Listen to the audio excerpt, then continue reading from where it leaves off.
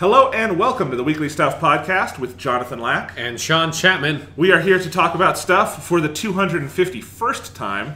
This is still too many podcasts, Jonathan. Yes. So last week was podcast 250, so we started a bit of a journey. We're going back and we are redoing our top 10 favorite video games of all time lists. We did this in 2013, very early on in the life of the podcast, and we're doing it again. Because it's been 5 years, a lot has happened. It's another milestone episode with episode 250, so we thought, let's take another stab at it. And yeah, if you didn't listen to part one, in part one we did number 10 through 6. We're doing 5 through 1 this week, and it's been a lot of fun so far. Yes, and the first episode went longer than I thought, and I am afraid for how long this one is going to go, because that was our bottom 5 of the 10, or however you phrase it, not the top 5 of the 10. We'll find out. This is scary, Jonathan. We'll find out. All right. Do you want to do a quick recap of our 10 through 6 for people? Sure. Yeah. All right. My number 10 was Pokemon Crystal version. My number 10 was The Last of Us. My number 9 was Fire Emblem Awakening. My number 9 was Bloodborne. My number 8 was The Last of Us. My number 8 was Hitman 2016. My number 7 was the Mass Effect Trilogy. My number 7 was World of Warcraft. My number 6 was Halo Combat Evolved. And my number 6 was Star Wars Knights of the Old Republic. Awesome. So, before we dive into number 5, do you want to have a quick talk about something that I don't think talked about in terms of ground rules last time, which is, how did you deal with recency bias? Well, we'll find out on my list. Yeah, I mean, it's... Because I'll say, in my top 5, I have one recent game, and the other 4 are a little older. And I had a couple of more recent ones on the other half of it. It's weird because, like, with movies, I want to fight recency bias a lot because movies have been around for a very long time.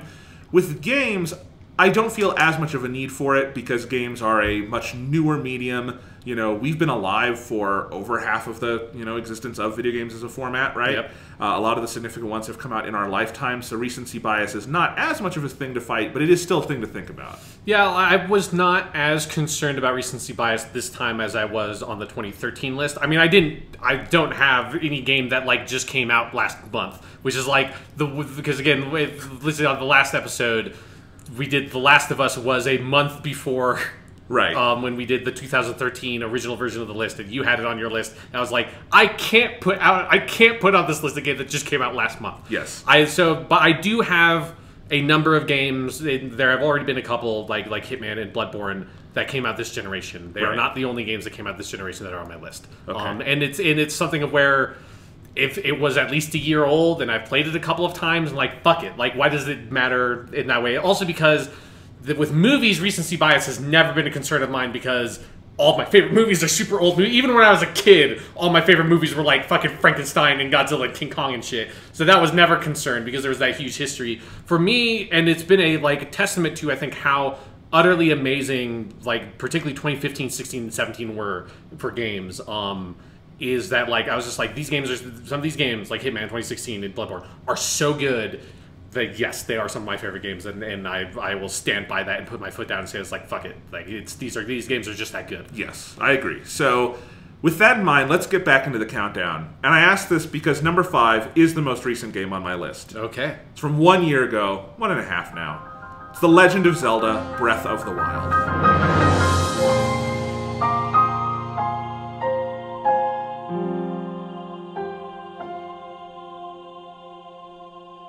I was curious if it was going to make the list because we talked about on the Game of the Year from 2017. We both had games that were the games that maybe these might be our favorite games ever. Yes. Yeah. So here's the thing. Zelda was far and away the franchise I suffered the most trying to pick one entry from. Okay, yeah, I can see that for sure. Because I do think of, like, there are series like Persona or something where every Persona I've played I love, but there are 3 of them that I have played. Yeah. 3, 4, 5, and I think they're amazing. Zelda, every Zelda game I have played is one of the single best games I've ever played. Link to the Past, Link's Awakening, Ocarina of Time, Majora's Mask, Wind Waker, Twilight Princess, Breath of the Wild, a couple others I think that I might be forgetting. But like when I have played a Zelda game, it has not just been like, man, that was really cool. It's like that is an earth-shattering, like boundary-defining game for me. Even ones that like people are more hit and miss on, like Twilight Princess. I think Twilight Princess is a fucking masterpiece. It's got rough edges, but I think like the dungeon design in that game is so ludicrously good. I considered it for this list. That's probably my... Well, I would say that might be my runner-up, except A Link to the Past exists. Right. And that might be my runner-up. Except I also think A Link Between Worlds on the 3DS is probably the best game on the 3DS. And I fucking love that game. Except Link's Awakening on the Game Boy Color. Oh my god, that's a special game. Ocarina of Time, of course, classic for every reason. It is, you know, one of those you would put as maybe the Citizen Kane of games. It's amazing. And I love it, but I also really think Majora's Mask is weird and cool and special. So, like, I do think Zelda, like, in terms of, for its number of at-bats, might have the highest batting average of any game series I've ever seen. And that doesn't even do it justice of just like how good each at-bat is. Yeah. You know, luckily I've never played like Four Swords Adventures or something to like bring that down for me. So that's or like great. the CDI games with the weird animation. Yes. So I really love the Zelda series, and I went back and forth of like, you know, Breath of the Wild is a very different Zelda game. It's a 3D Zelda game, but I don't think it exists in that same continuum of like Ocarina of Time, Twilight Princess. Yeah, it breaks the mold so completely that it's a different kind of Zelda game for sure. So it feels different. So it feels like I'm not really getting that Ocarina of Time, Twilight Princess side of things. But then there's the 2D games like Link to the Past, and I really did want a Super NES game on here, and I thought about putting that on there. But I think with a list like this, you have to go with your heart at some point, right? Yes. And here's the thing, guys. Every day, I boot up my computer, my iPhone, or my iPad, and I have a Breath of the Wild wallpaper on there. I see the art from this game every day of my life. And every day I do that, looking at it makes me feel good. They've been there since before the game came out. I put those wallpapers up. And I have no plans to swap them out with anything else anytime soon, because I don't think I have ever connected so immediately with the aesthetics of not just a video game, but maybe any work of art than I did with Breath of the Wild, which, as I said on my Game of the Year last year, I kind of fell in love with from the moment we saw actual gameplay in 2016 at E3. And of course, that love grew exponentially when I finally played the game. And the other thing to say here also is that I love all those other Zelda games. I have not played any of those other Zelda games. If I combined all those times, it might not still add up to the amount of time I've spent in Breath of the Wild, which my play clock is somewhere in the vicinity of 160 hours. That's a lot. That's a lot. And that's not like I've replayed the game. That's one playthrough, however you define that, and then the 2 DLC expansions. I've never gotten tired of it. It is the only open world game I've ever played where I will boot up the game just so I can go walk around in the world with no goal in mind, just to look at the art and soak in the atmosphere. It almost feels cleansing to me. You know, this is a game that to me, I don't think any other game for me has ever done a better job of just enabling you to go have an adventure. I think we talked about this a little bit on the last podcast with like Hitman, of the sandbox kind of design of, do you give the player a ton of tools or a limited set with a lot of configurations? And Breath of the Wild, I think, is such a great masterclass of that latter type of game design of, let's not go overboard with what there is to do in this world. Let's pare it down and say Link is going to have this set number of powers. He's going to get them pretty early on. There's these types of weapons. There's these types of ways to interact. And then it is this massive chemistry set of what do you do when you are out in the world and experimenting with these things. And I think Breath of the Wild is such a beautifully, singularly focused game of, it feels like every game design choice to me was made with that idea in mind of how can we let the player go have their own cool, fun adventure out in this giant version of Hyrule. And I think every choice they made, virtually every choice they made, there are imperfections obviously, was the right one for that overall overarching goal for the player. And it's something where I've spent so much time with this game, and I could just talk about the art forever, but you know how I love the art. I've talked about it a lot. That I forget sometimes like some of the basic things I loved about it when I was starting out, like how you go discover the world, and you have a very basic topographical map, and there's the towers out in the distance, and because the game has like an infinite draw distance, you can see those, and you're going to make for them, but there's going to be a lot of adventures on the way, and a lot of things to distract you, and a lot of, you know, stories you're going to create for yourself. And then you get to a tower, and you discover more of the map, and it gives you more to go explore, and it really is this beautiful exploration-based adventure. And along the way, you find all these shrines, and inside the shrine is a cool puzzle, and I love cool puzzles. puzzles, so that's neat. It's kind of like, I've talked about before, it very much gives you some of the same kind of dopamine rush as a Portal or something like that, with these great 3D puzzle designs, which frankly are even better in the recent DLC they did. The Champions Ballad might have the best of all that shrine design stuff, so I'll include the DLC in this as well. And that sense of discovery and the stories that come up when you're playing all of that, and the amount of things that there are to do between the shrines and the exploration and some of the story content, but not so much that it feels overwhelming. It feels like natural things along the way that you run into. I really love that about it. One of the defining moments where I think I truly knew how much I loved this game was when I was out in sort of the highlands, the like desert mountain area, and I'm exploring, and I see this like really tall mountain across from me, or this tall like spire sort of thing, and I'm like, I want to go get to the top of that, because you can climb on whatever you want, and there's challenges before you have, your full stamina and all your stuff of how far you can climb at once, which is a fun thing in and of itself. So I glide over to this thing, and I start climbing, and I don't do it quite right, and I fall. I'm like, fuck. And I try it again, and finally I get up, and I get over the crest, and as I'm getting over the crest, this music starts playing. I'm like, I recognize that. And it's the Dragon Roost Island theme from the Wind Waker. And then I'm like, oh shit, I'm in. And then it comes up on screen, Rito Village. And I've just found it. And this is one of the main 4 places you're supposed to go in the game. And I stumbled upon it completely by accident. And that is just one of those absurdly magical moments that is indescribable to me. Breath of the Wild feels like a game so made for what I want out of a video game. I love every element of it to death. I even think the storytelling in this game is brilliant and beautiful in its non-linearity and in how much it asks you to add into the story itself, because it's a small, suggestive story with a lot of, beautiful little grace notes and solemn moments. Very much, I think, takes from some of the lessons of like Ocarina of Time and how it presents its story through, these quiet, silent moments. But then again, adding in your own sense of the adventure. This game obviously is a little difficult to rank because of its recency. Right. I thought number 5 was good, because I don't think it would fall below that line, at least with these other 10 games, upon further reevaluation. But I also absolutely think it could climb in the years to come. Again, the next couple games, 4, 3, and 2 especially, I've had in my life a much, much, much longer time, so it would feel irresponsible to let it leapfrog right now.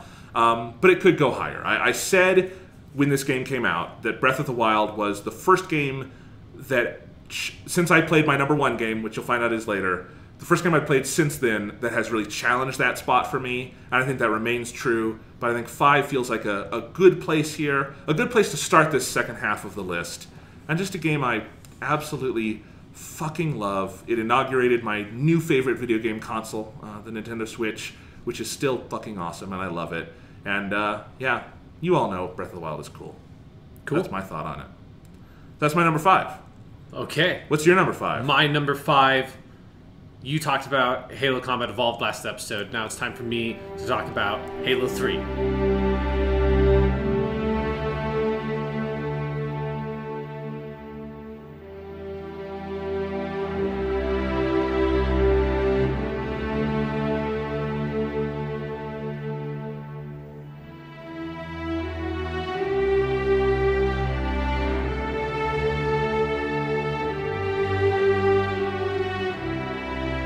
All right, you're still going with Halo 3. Yes, I can't pick another. It's just impossible. It's okay. It's yeah. I'm glad we get to talk about 2 different Halos. Yes, and it was a kind of like with KOTOR. There was this sort of like subtle calculation of like, Jonathan's probably going to pick the first one, right? We did that Let's Play thing. He's probably going to pick the first one, right? It's like, yes, Halo 3.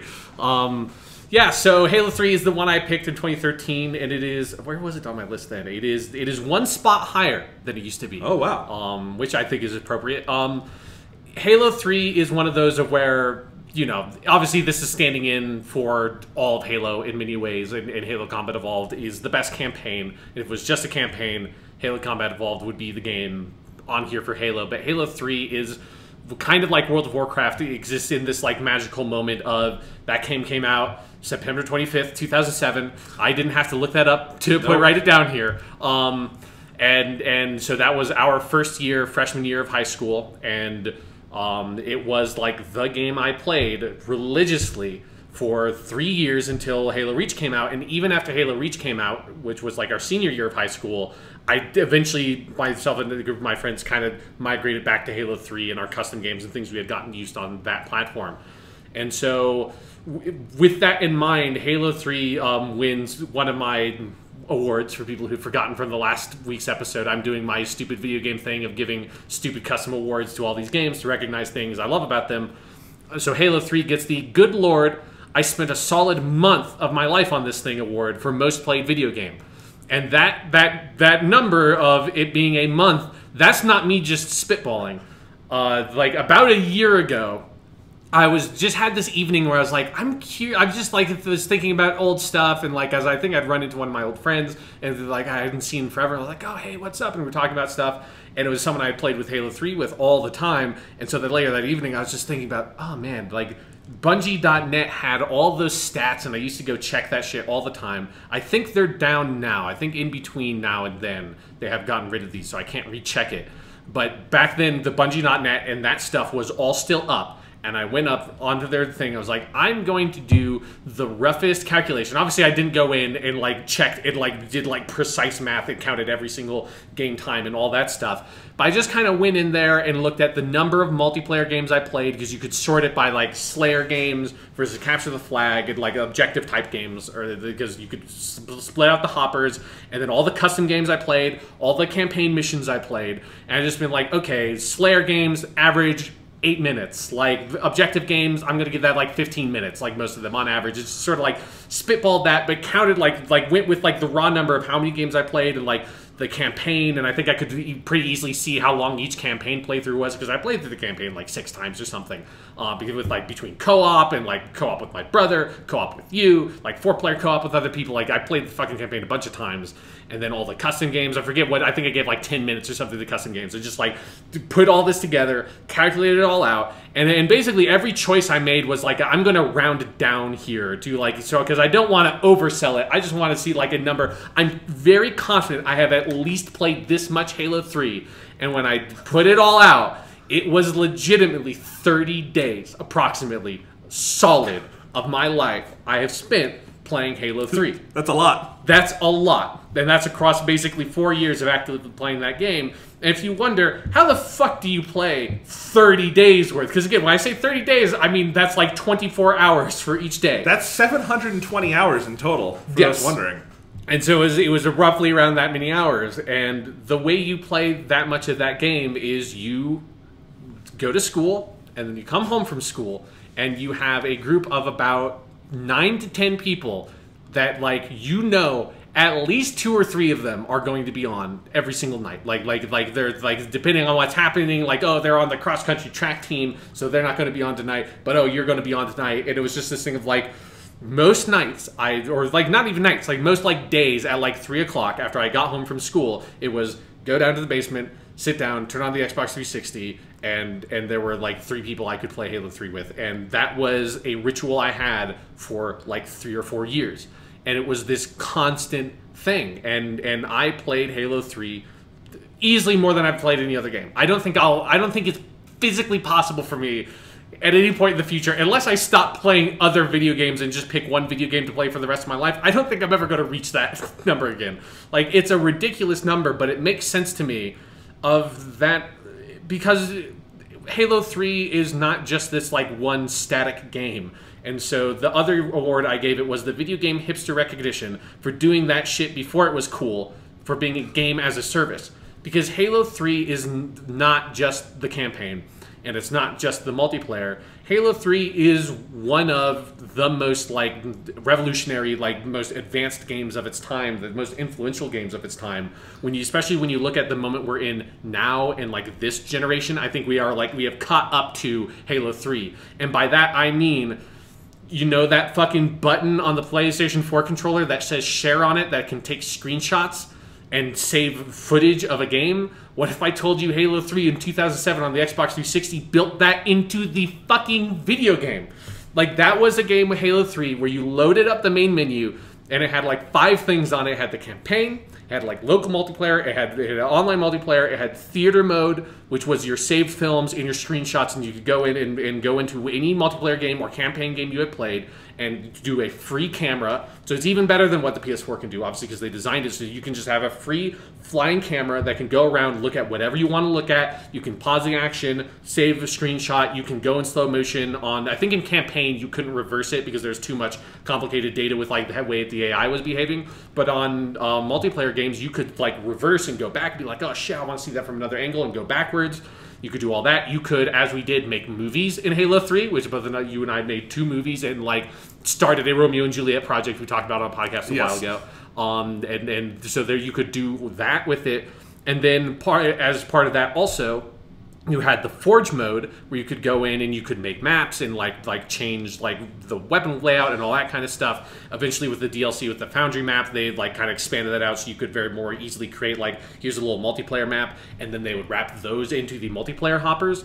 And Halo 3 was like the most, you know, like World of Warcraft is a slightly different thing, but especially for a console game and like an action multiplayer kind of game, Halo 3 was the most living, breathing, active game I've ever seen. Like even today, something like Overwatch or whatever, or PUBG and like maybe Fortnite. Even though I don't play Fortnite, from what I hear about it, Fortnite might be at the level now that Halo 3 was at, and how responsive Bungie was to the community, how well they cultivated that community, and how much they integrated that community directly into the game. Because it was a constant series of updates and tweaking the map layouts. Like if you go back and played a lot of Halo 3 multiplayer online and then go back and play the like original versions of those maps, it's like playing a completely different fucking game because the weapon layout and the balance is so different in base Halo 3 than it eventually like got so refined later on. Like original Halo 3 has all these fucking flares and the Mauler brute shotguns all over, like every map had like 11 of those fucking things just scattered everywhere, and they refined all of that and really tweaked those maps.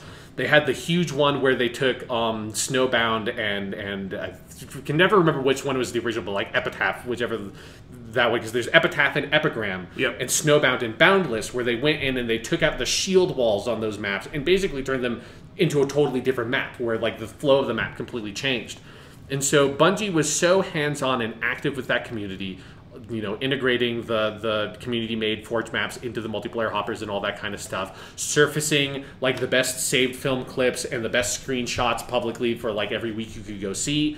That it was the most I ever participated in an online community. It's the most I've ever played a game. It's the most I've ever cared about a game. It's the most time spent ever in a game for me. It is the game that has been most rewarding because there were so many ways to play it. And while Halo Combat Evolved is definitely the best campaign, is kind of like the most perfect campaign, Halo 3's campaign is no fucking slouch either. Oh, it's fucking amazing. It's incredible. It's like, because seriously, let's set the stage. We have never been more hyped for a game than Halo 3 in our lives, right? Yeah. Halo 3, so much hype. Halo 1 and 2, even though 2 has some stumbling blocks, they're both so good. Halo 2 ends on such a great cliffhanger. And 3 years of hype for Halo 3. That campaign comes out, you play it in a day or two. No disappointment. It nailed what it needed to nail in every way. Yeah, the story was great. The like, I love the note they leave it on with the Master Chief, just like, especially with the legendary ending, just like out in space on that fucking thing, and just like the level design and each level is so significantly different. Yes, each level has a very clear identity to itself, which was a big improvement over Halo 2, where levels just kind of bleed together. They feel awkward and don't have an identity. There's a very like sort of like thematic, committed thought to each level and how each level played. There is like that Cortana level is not great. But I think there's 9 campaign levels, and that one's a bit of a dud. But that's also a pretty short one. There's also these Scarab battles are still some of my favorite things in any game. Whenever I go play the Scarab levels, I just get so hyped internally of like, I get to do the Scarab thing. Like it's the kind of thing that I wish more games would try that kind of thing again, of just having a gigantic AI character in a level, just something so fucking massive that towering over everything. And just the whole sandbox of Halo 3 was so refined, because Halo 3 was very much like, it played a lot like Halo 2 but refined extremely well, whereas Halo 2 was, you know, changed so much about how Halo 1 played. I think we talked a little bit about that in the Let's Play we did, of how, you know, Halo 1 is this very specific kind of Halo game that plays very different from the other ones.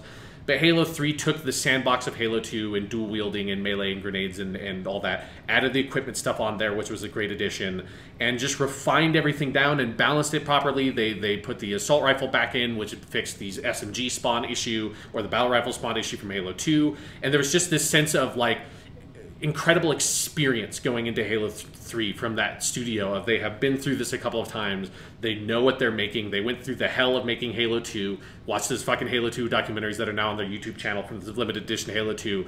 And like they really like went through hell on that game and then came out the other side and feels like they were so re-energized to really get it right. This was also a game that, like, talking about the hype, this was, I think, probably the first podcast I ever listened to was the Bungie Podcast that they did before the release of that game. I remember you telling me about that before I knew what podcasts were. Yes, like, because it was, like, I think it was the first iPod I had, which was a hand-me-down from my brother when he got a new iPod, and I got that one. It's just like, fuck, I have this iPod now, I'm going to listen to it on this iPod. And it's like, oh, the Bungie has this podcast, and it has, like, Frank O'Connor and these guys on it, and listen to that, and that kind of started my, like...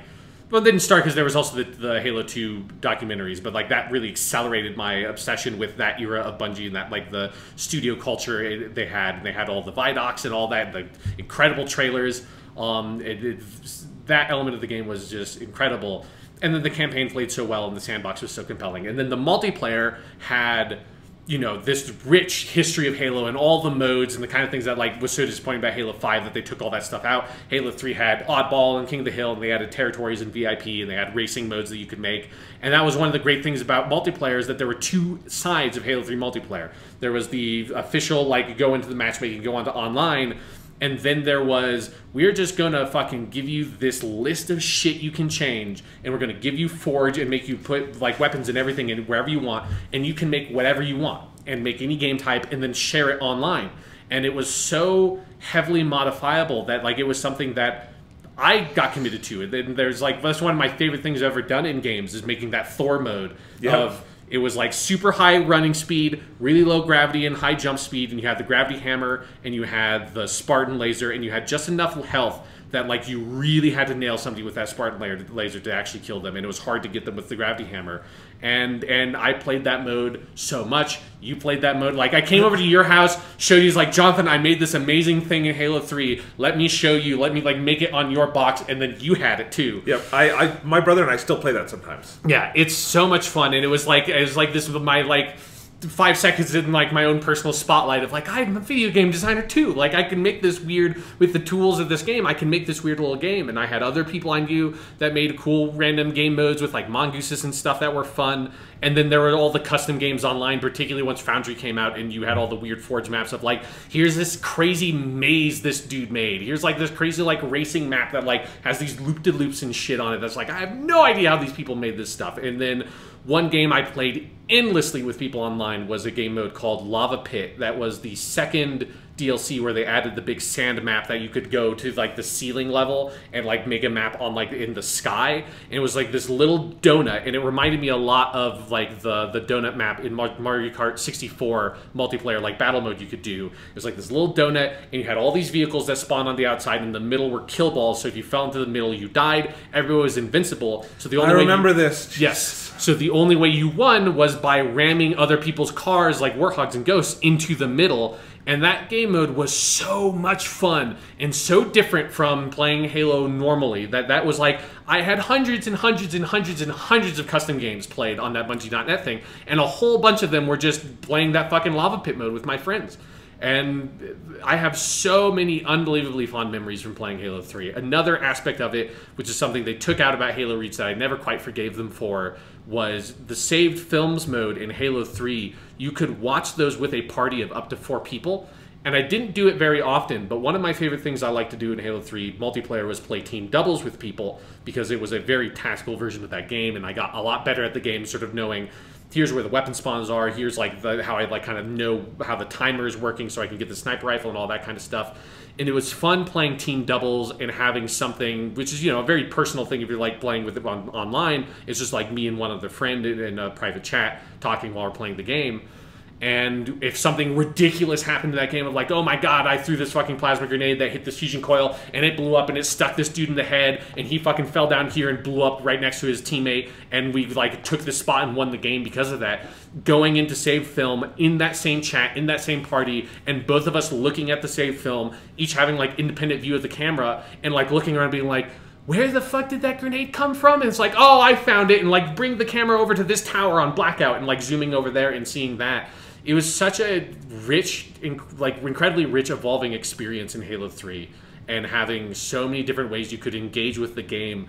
It was, when I talking about The Last of Us, and like the holistic game experience from like thematic driven point of view, this was a holistic game experience from like a whole other sphere, right? It's a whole other like communal social element that they designed in the game, and Bungie's achievement in cultivating that community and servicing it and providing it these incredible tools, which was at the time, especially on a console, but even on PCs, basically unprecedented, and has still, like, for individual games been, I don't think, ever like eclipsed. Even Bungie didn't quite do it as well on Halo Reach. That Halo 3 is this, like, it is definitely like this sort of like precious, like, in a glass bottle moment of time in my past, and it's something that if I go back to Halo 3, I can't have those experiences anymore. But I still have some of those saved films. Like, still have some of those screenshots. We still have our fucking dumb movies we made. Like, we still have all that stuff. And if you want to go play the campaign, it hasn't aged today. Yes, it's great. The campaign's still great. And if, the day comes that I have a bunch of, like, people over, and it's just like, fuck it, let's play Thor, I can still play Thor, and it would still be a ton of fun. And I made that shit. I picked Halo Combat Evolved, and I think I defended it well. I think I have a good reason for picking that. I do not think you were wrong in picking it. I do think, like, there's no question, though, in my mind, and I would have said this before all of this, is Halo 3 is the definitive Halo. It is the most Halo. It is the most, like, when I think of the word Halo, I see the Spartan designs and the colors and everything from Halo 3. It's the best looking Halo. Yeah, it's so gorgeous. Far. The colors are so bright and vivid. It's incredible looking. It's like on the Master Chief Collection, you go back and play that now in 1080p, 60 FPS. It's fucking gorgeous. Yeah. I love the overall look of the game and the feel and the art direction. But all the stuff you talked about, all the features, as a package, it is the 100% ultimate, like, top of the mountain pinnacle of what Halo is, was, could be, can be forever. Yeah, and Bungie just so saw where the internet was going with social features and, like, how that shit would change. That's, like, eventually the kind of features they baked into Halo 3 got baked into fucking, like, both of the new major consoles, the Xbox One and PS4. And if that's not, like, ahead of its time and, like, revolutionary, I don't know what is. Well, then let's move on to a game that I think is also ahead of its time, because this is one of the best games ever made. It's pretty old now. It's from 2002. My number 4 is Metroid Prime.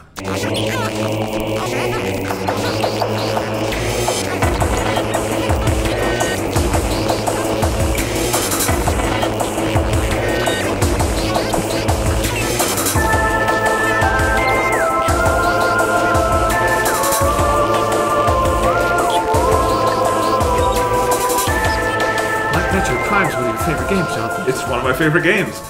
This is actually when I was telling you guys earlier about replaying games. I replayed Metroid Prime in its entirety a couple weeks ago. Cool. I meant to go in and just play a little of it, and I played the whole goddamn game because it's that good. It is my fourth favorite according to this list.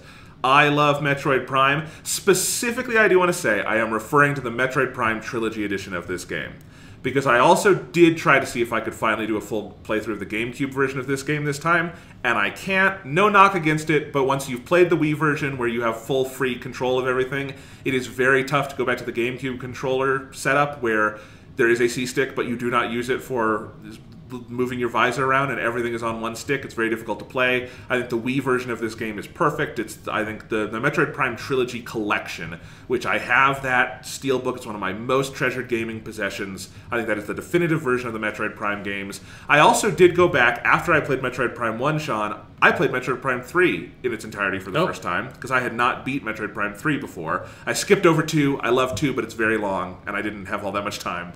Metroid Prime 3 is also a stupendous game. Metroid Prime 3 Corruption is, I think, the second best of the Prime games. My second favorite Metroid overall. I think it is a unbelievably amazing game, and it almost made me think I should swap and do, like, not the Mass Effect trilogy, but the Metroid Prime trilogy.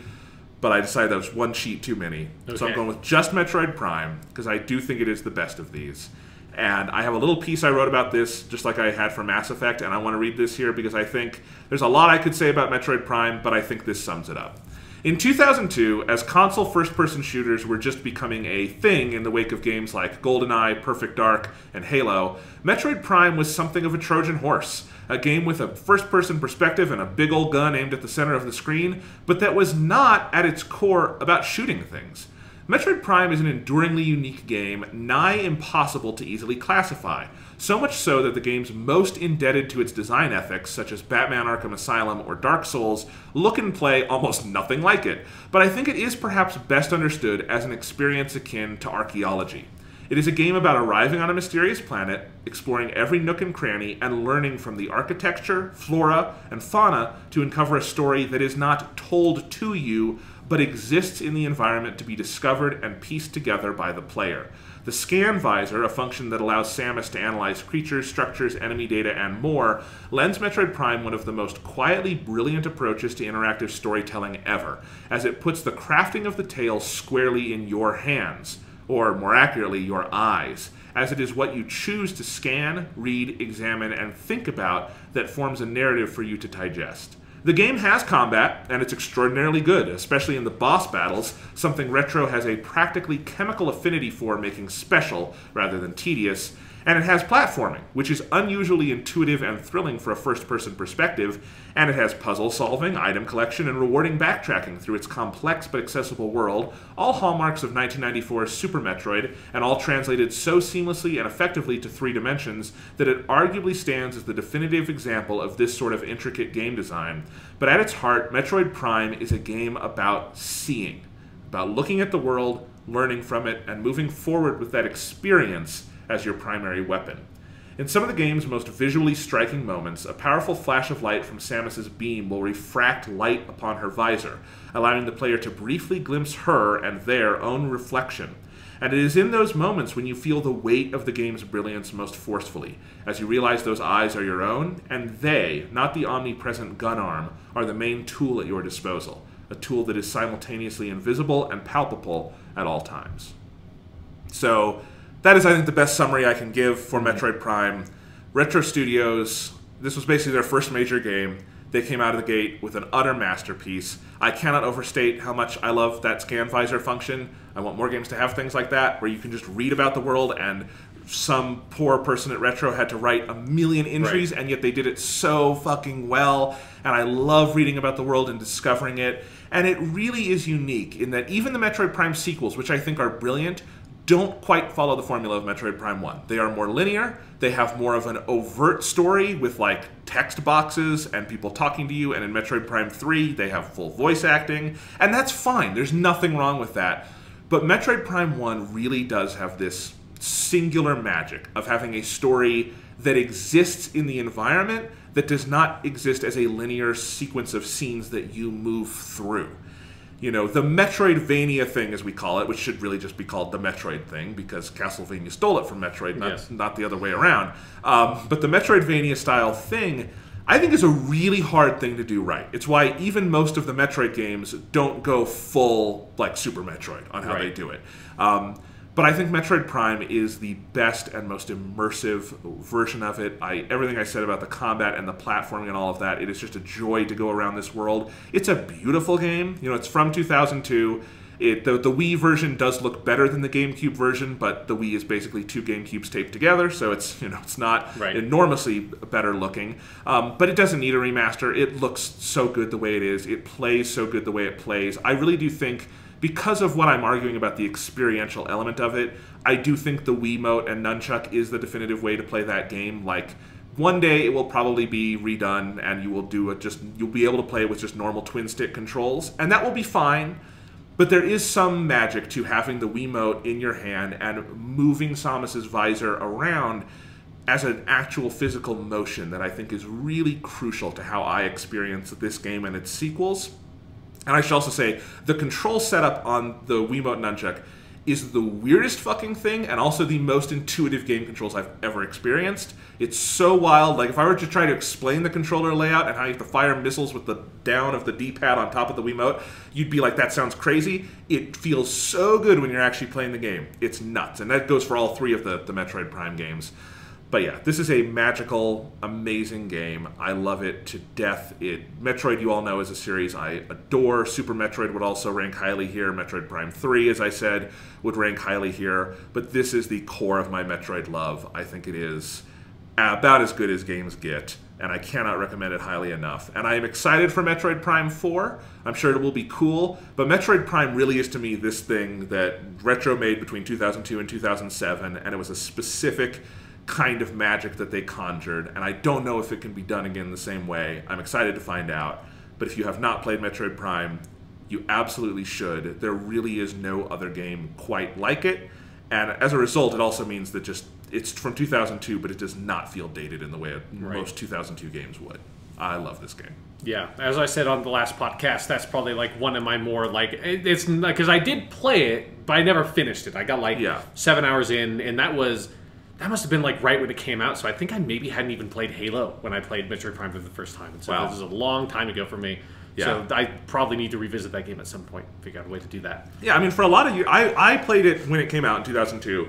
I owned it, but I never beat it. It's not a kid's game, in that way. Yeah. It's not like it's super violent or anything. It's just very cerebral. But, I went back to it. I think I played 1 and 2 in full on the Wii disc finally in 2013 or 14 or something like that. I would have talked about it on the podcast. Yeah, it was on the podcast. And it endures. It's so good. And like I said, it is interesting to see the pockets where I think Metroid Prime has had influence, like a Dark Souls or a Batman Arkham Asylum, and yet those games are in every other way nothing like Metroid. Right, yeah. So it's a really interesting thing. But that's my number 4. Well, for your number 4 was a game that endured. My number 4 is also a game that endured. It is the oldest game on my list, which probably tells people exactly what it is. I have a guess. Yes. My number 4 game is The Legend of Zelda, Ocarina of Time.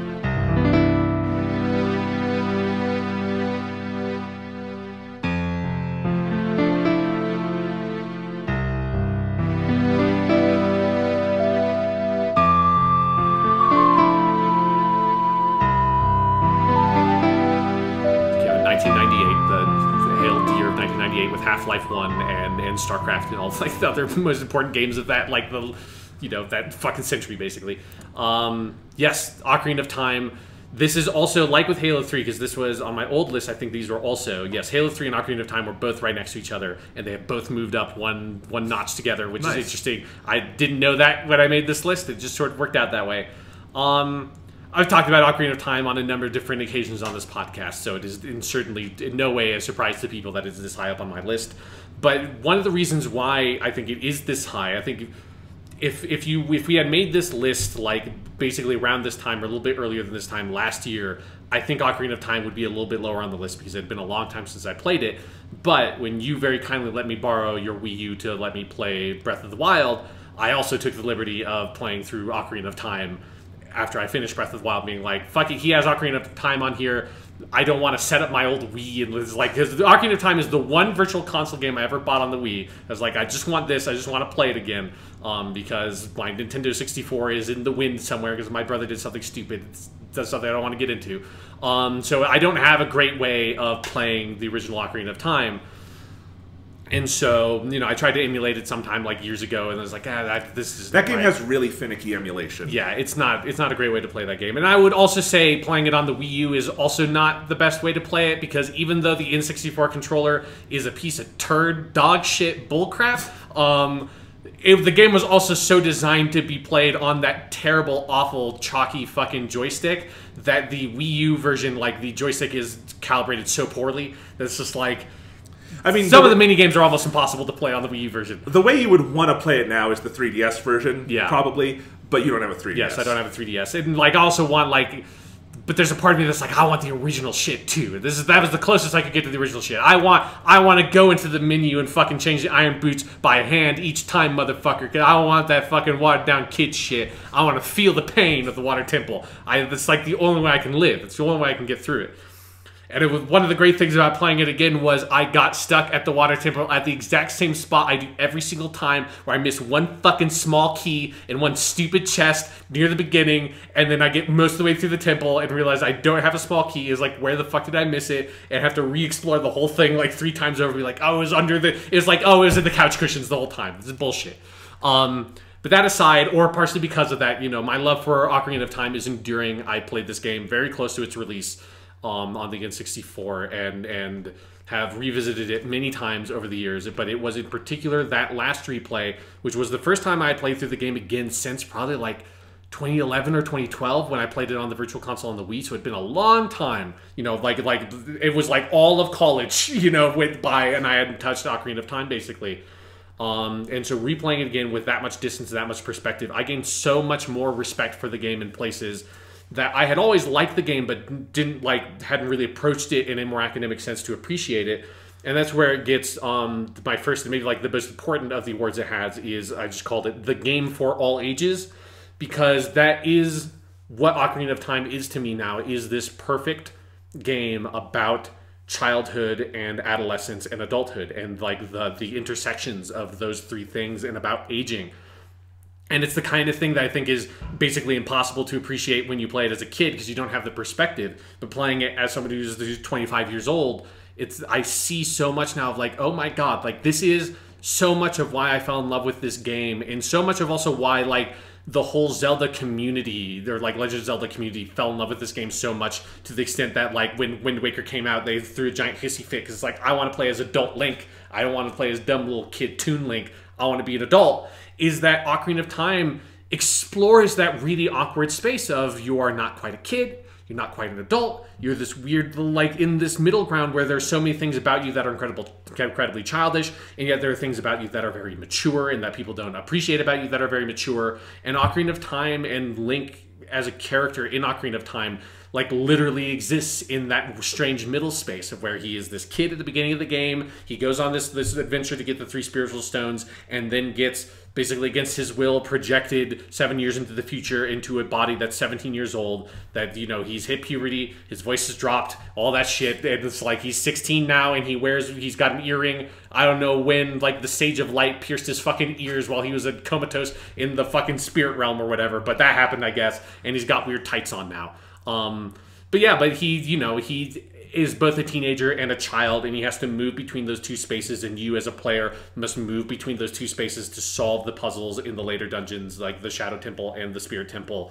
And that action, I think, is so incredible, and it's one of those things of where, weirdly enough, I think Ocarina of Time is one of the more underappreciated, like, undersold games, even though it is like the Citizen Kane of video games. I mean, Shenmue is the Citizen Kane of video games. I proved that on a podcast forever ago. But Ocarina of Time is like one of, and often hailed as one of the best video games ever. I obviously very much agree with that. It's the Seven Samurai of video games. Exactly, yes. It's one of those of like... The Rashomon. People just adore this game and recognize it, and it's lauded with critical praise. But I think a lot of that critical praise is weirdly slightly misaimed, in that it is at stuff that is incredible about Ocarina of Time. It has a gorgeous soundtrack, just an incredible soundtrack in the way it uses music, and the Ocarina mechanic is incredible. It's got amazing temple design and world design, and revolutionary, but is still so much fun to go back to. I think this game holds up incredibly well. You know, it's just got great quests, it's got great, like, interesting, fun characters. It moves so well. It's got a fucking amazing ending. It's so much about the game is amazing. In terms of like the combat is even like, you know, it's simple, but it's got a richness to it that is pretty remarkable, especially given, you know, it's one of the first combat systems of its type. And people lavish praise on the game for all that stuff, but I think people kind of miss that there is something way deeper at the heart of this game, and the ideas and the themes that it's exploring. And for me, I know I've talked about it on the podcast before, but I always go back to this moment at the end of the game where you have saved the day, you've defeated Ganon, you've rescued Princess Zelda, and everybody's partying, and like, you know, the camera zooms around to like all the fucking places you've been, like Lon Lon Ranch, and everybody's having like a fucking bonfire dance, and it's very much like the end of Return of the Jedi in a lot of ways. And then kind of very privately, Princess Zelda says like, I'm going to send you back 7 years into the past, back to the child body that you were, so you can live out these 7 years you've missed. And then the last shot of the game is one of the early scenes of Link as a kid coming into Hyrule Castle, sneaking in. Great little, like, weird little stealth mission there. And it's him encountering Princess Zelda as a child for the first time, and then meeting. And then there's this great shot of them on like profile with Princess Zelda standing up on the steps and Link looking up at her. And then it fades to sepia tone, and like the end comes up in the middle of the screen. And since it's a Nintendo 64 game, it just stays there. And it's like you have to reset the console because it's like there's just nothing else. It's like you're done. Like you don't save. There's no New Game Plus. It's like it just stays on that image until you're done. And that moment, I think, is so richly textured and detailed in a thematic storytelling sense of that there is this, for me as a player, like this conflicting emotion of Do you want to, like people, when you play it as a game, people want to be adult Link. People wanted to be adult Link so bad, they fucking rejected Wind Waker, which is an amazing, beautiful game in so many ways. But they just, like, the Mass Effect 3 ending style, just, like, fucking, like, hated it. And that game has had to, like, crawl its way back to people, like, calming down and be like, oh, wait, no, this game is also amazing. But it's because when you play Ocarina of Time as a kid, you so desperately want to be adult Link because he's so fucking cool. He's got an earring. He's got the Master Sword. He can get the big Goron sword and smash some shit up. He's got hover boots. He's got a bow and arrow. He can ride a Epona around. He doesn't have the fucking boomerang in this fucking fairy slingshot and this butter knife you call a sword. You know, he's not this little twerp. He's big, cool adult Link. And everyone wants to be adult Link when you're a kid. And then when you're an adult and you get to that spot and you're like, I very much felt on that second playthrough that this is I want to live those memories again. I want to go back to the days when, you know, it's slightly different time scale for, like, referencing this list, like, go back to when I could just play World of Warcraft and Halo 3, and, like, my biggest care in the world was, like, how the fuck am I going to mod out the dumb gunshot sound effect in World of Warcraft, right? Like, I need to figure out this weird technical bullshit. And those kind of, like, carefree, like, younger childhood memories. And The Legend of Zelda Ocarina of Time is a game that explores that space with such, like, deftness and grace, and it's so beautifully constructed in that way that I think it has a thematic coherence and a story and, like, storytelling chops that people so do not really appreciate. I think this is the thing that I meant on the last podcast when I said I think so much of our criticism of games is too story focused, and what I mean is cinematic literary story focused, right? Because I think Ocarina of Time has easily the best story in a Zelda game, one of the best narratives in any video game ever by far, but it's not a cinematic story. It's not a, like, here we're going to watch a big cutscene where cool things happen with specific framing and all this. It's so much more quiet and evocative and video game-esque, which it's okay. You don't have to be cinematic. You can be video game-matic, right? That's okay. And Ocarina of Time so excels on that. Yeah, it's an incredible story. But then, of course, you also have to talk about a little bit of the gameplay stuff. And that's the other award I've given it, is the Ray Harryhausen Special Recognition for Remarkable Achievements in Adventuring. Because for me, like, it has all the great storytelling, all that, and the music and the texture of it is incredible. But also, it is just like, and this was the thing I was so convinced of on my second playthrough, especially, like, contrasting it with Breath of the Wild, where I respect your love for Breath of the Wild, but for me, that game didn't work for me.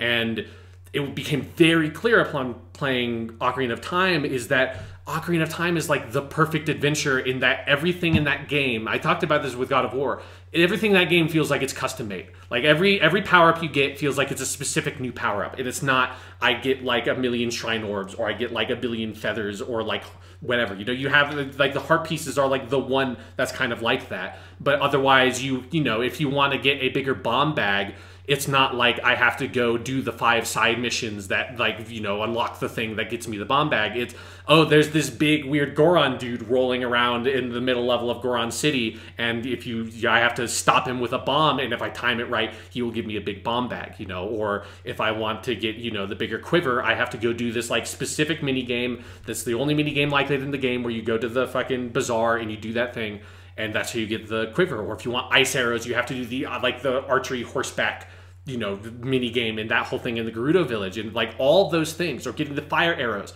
A lot of stuff that is, like, not necessary for passing the game, but are so richly, you know, add to your tool set and add to the sense of you being this, like, you know, Lord of the Rings style adventurer that's getting, like, the mithril chainmail and sting and all that kind of stuff, and like, progressing through this epic quest. You want to have all these cool little upgrades that feel valuable and significant, and it's, you know, and again, it's stuff as big as, like, the fire arrows that you don't need to get in that game, but it's fucking cool to have them, and they help a lot of puzzles. Or all 3 of the spells are totally unnecessary. You do not need to get them. You can complete that game without having the fucking Din's Fire and Ferrer's Wind and all that stuff. But if you go for that stuff, you have the access to these abilities, and each one of those are in unique locations where you have to do different things to get them, and, like, do small optional dungeons to find this stuff. And that element of this world feeling really well and truly handcrafted down to, like, the most specific details, the specific upgrades. You don't feel like you're repeating things over and over again. You know, like, when you get Epona, when you get a horse Epona in Ocarina of Time, that's the only one of those you can get, and you get it through a very specific, like, constructed way of getting it that is tailored for the player. And there's something definitely to say about, like, the open world, like, wider the game design that has a lot of value of like being able to approach things your own way and it having this feeling of spontaneity that like something like Breath of the Wild has that can be magical in its own right.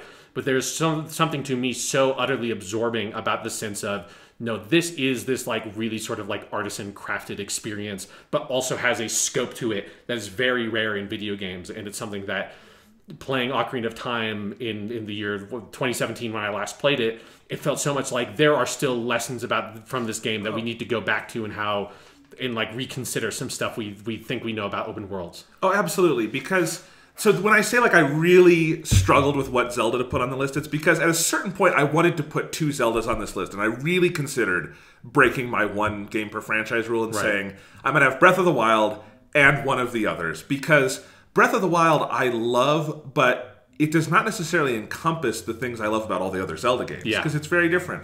And I don't necessarily want all future Zelda games to be like Breath of the Wild. I want to see another one in the Link to the Past Ocarina of Time tradition, because that is one of my favorite kinds of games to play. Yeah. Because Ocarina of Time obviously is very ingenious and invented a lot of things on its own, but the thing it didn't invent is the structure. That's Link to the Past. Of you do the 3 things at the beginning, something bigger opens up, you have 7 dungeons, I think it's fewer in Ocarina of Time, and then you do the final stuff, right? And in the middle of that, you have to, like, in the dungeon, you're going to get a cool upgrade, and then that's going to allow you to complete all these puzzles in the dungeon, and, like, as you're going through a dungeon the first time, you're going to be like, oh, I see something there, I'm going to need something to figure that out, right? And you get the power-up, and it feels so cool. It's the same reason I love Metroid. Like, Metroid and Zelda share a lot of DNA. Yeah. If you've only played one of those 2 series, you're going to love the other one.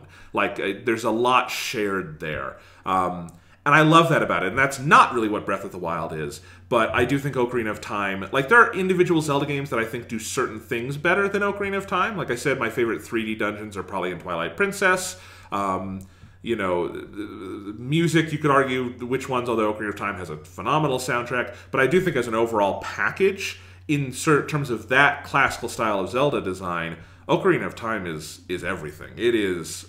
practically, perfect encapsulation of all that design ethos, and a truly amazing thing. And I kind of wished I could have had it on my list as well, but I knew you were going to talk about it, so I'm glad we get to talk about it. Yeah, it's the great thing about us doing these podcasts together. It's just like we have enough different interests that like our lists are different enough that it's cool, and we can talk about different games, but enough common interests to be like, I can let Jonathan to talk about that one, so I can talk about this one. Exactly. Yes. Yeah. And just a quick shout out to A Link to the Past. Also, just while we're talking about it, great game. Fuck it. There's no Ocarina of Time without A Link to the Past. It's true. I love that game to death. But Ocarina of Time is my Legend of Zelda game. I love it to death. I will always love it. And I was so thrilled when I replayed it to be like, this game is still so fucking good. I was very worried that it wouldn't like it would have felt aged to me.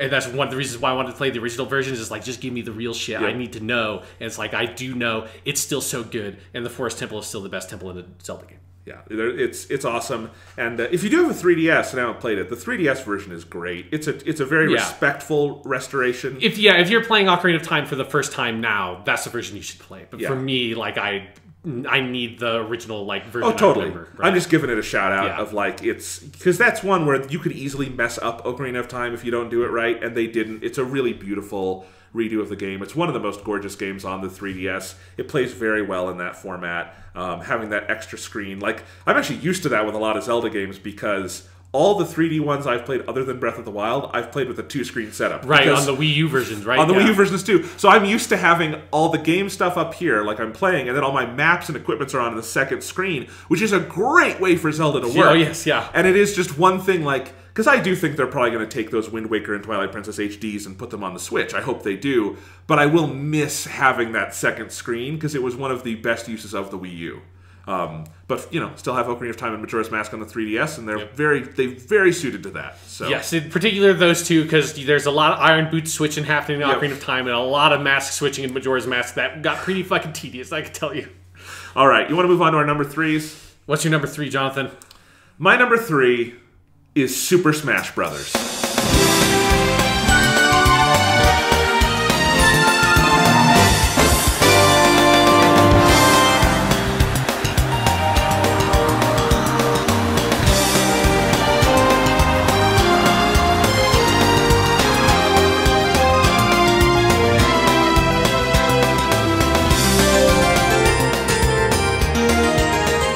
And it is all of them. It is my other cheat. It's all of them and none of them. It is just Super Smash Brothers, because Super Smash Brothers is, in one way, 5 discrete games: N64, GameCube, Wii U, 3DS. But it is also just Super Smash Brothers, this ongoing thing that I have been playing almost my entire life. Since the 90s, I've been playing before this millennium, for fuck's sake. And it evolves, and it changes, and it goes back, and it goes forward, but it is, at the end of the day, always Super Smash Brothers. I can remember the first time I saw this game so vividly that the memory almost hurts. I remember the friend's house up the street where I first saw him boot up the N64. I remember the room we were in. I remember the size of the TV. I remember being on the floor, being not 6 feet tall, but as a little kid, and looking up at the TV, which you had to do when you were a kid sometimes. And I remember seeing the character select screen for the first time. I remember what the weather was like outside on that day. It was summer. It was very green and hot. I remember holding the N64 controller to select my character. I remember not knowing who Link was at the time because I did not own an N64. I had not played a Zelda game. But he was adult Link, so you know he was really cool. Yes. And I that's who I picked, I think. And I remember the announcer saying, I thought the announcer was saying Lee, not Link, because it's very hard to hear on the N64, because the voice chip is not great. I remember, I think I must have picked Pikachu the first time, because that's my memory. I knew Pikachu the best. I remember seeing stages like Hyrule Castle for the first time, and I just remember that distinct, powerful sensation of falling head over heels in love at first sight for this most magnificent of games. Smash Bros. Was not necessarily my first video game obsession. That honor probably goes to Pokemon, as I talked about last time, although they're very closely linked, because this is 99, Pokemon came to the States in 98, so it couldn't have been, much. They would have been around the same time for me, right? But it was the first and maybe most powerful experience of video game love at first sight I've ever had. And that love has not abated and I feel so fucking old to say this, next year it will be 20 years since I laid eyes on Super Smash Brothers. I loved playing Smash Bros. So much, I remember begging my parents for an N64. That was the first video game console I ever owned, a home console. I had a Game Boy before then, Game Boy Color, I should say. But I remember that Christmas, 99, we got the N64 as my first gaming console. Complete, they got us multiple controllers and a Smash Brothers cart so we could play the game.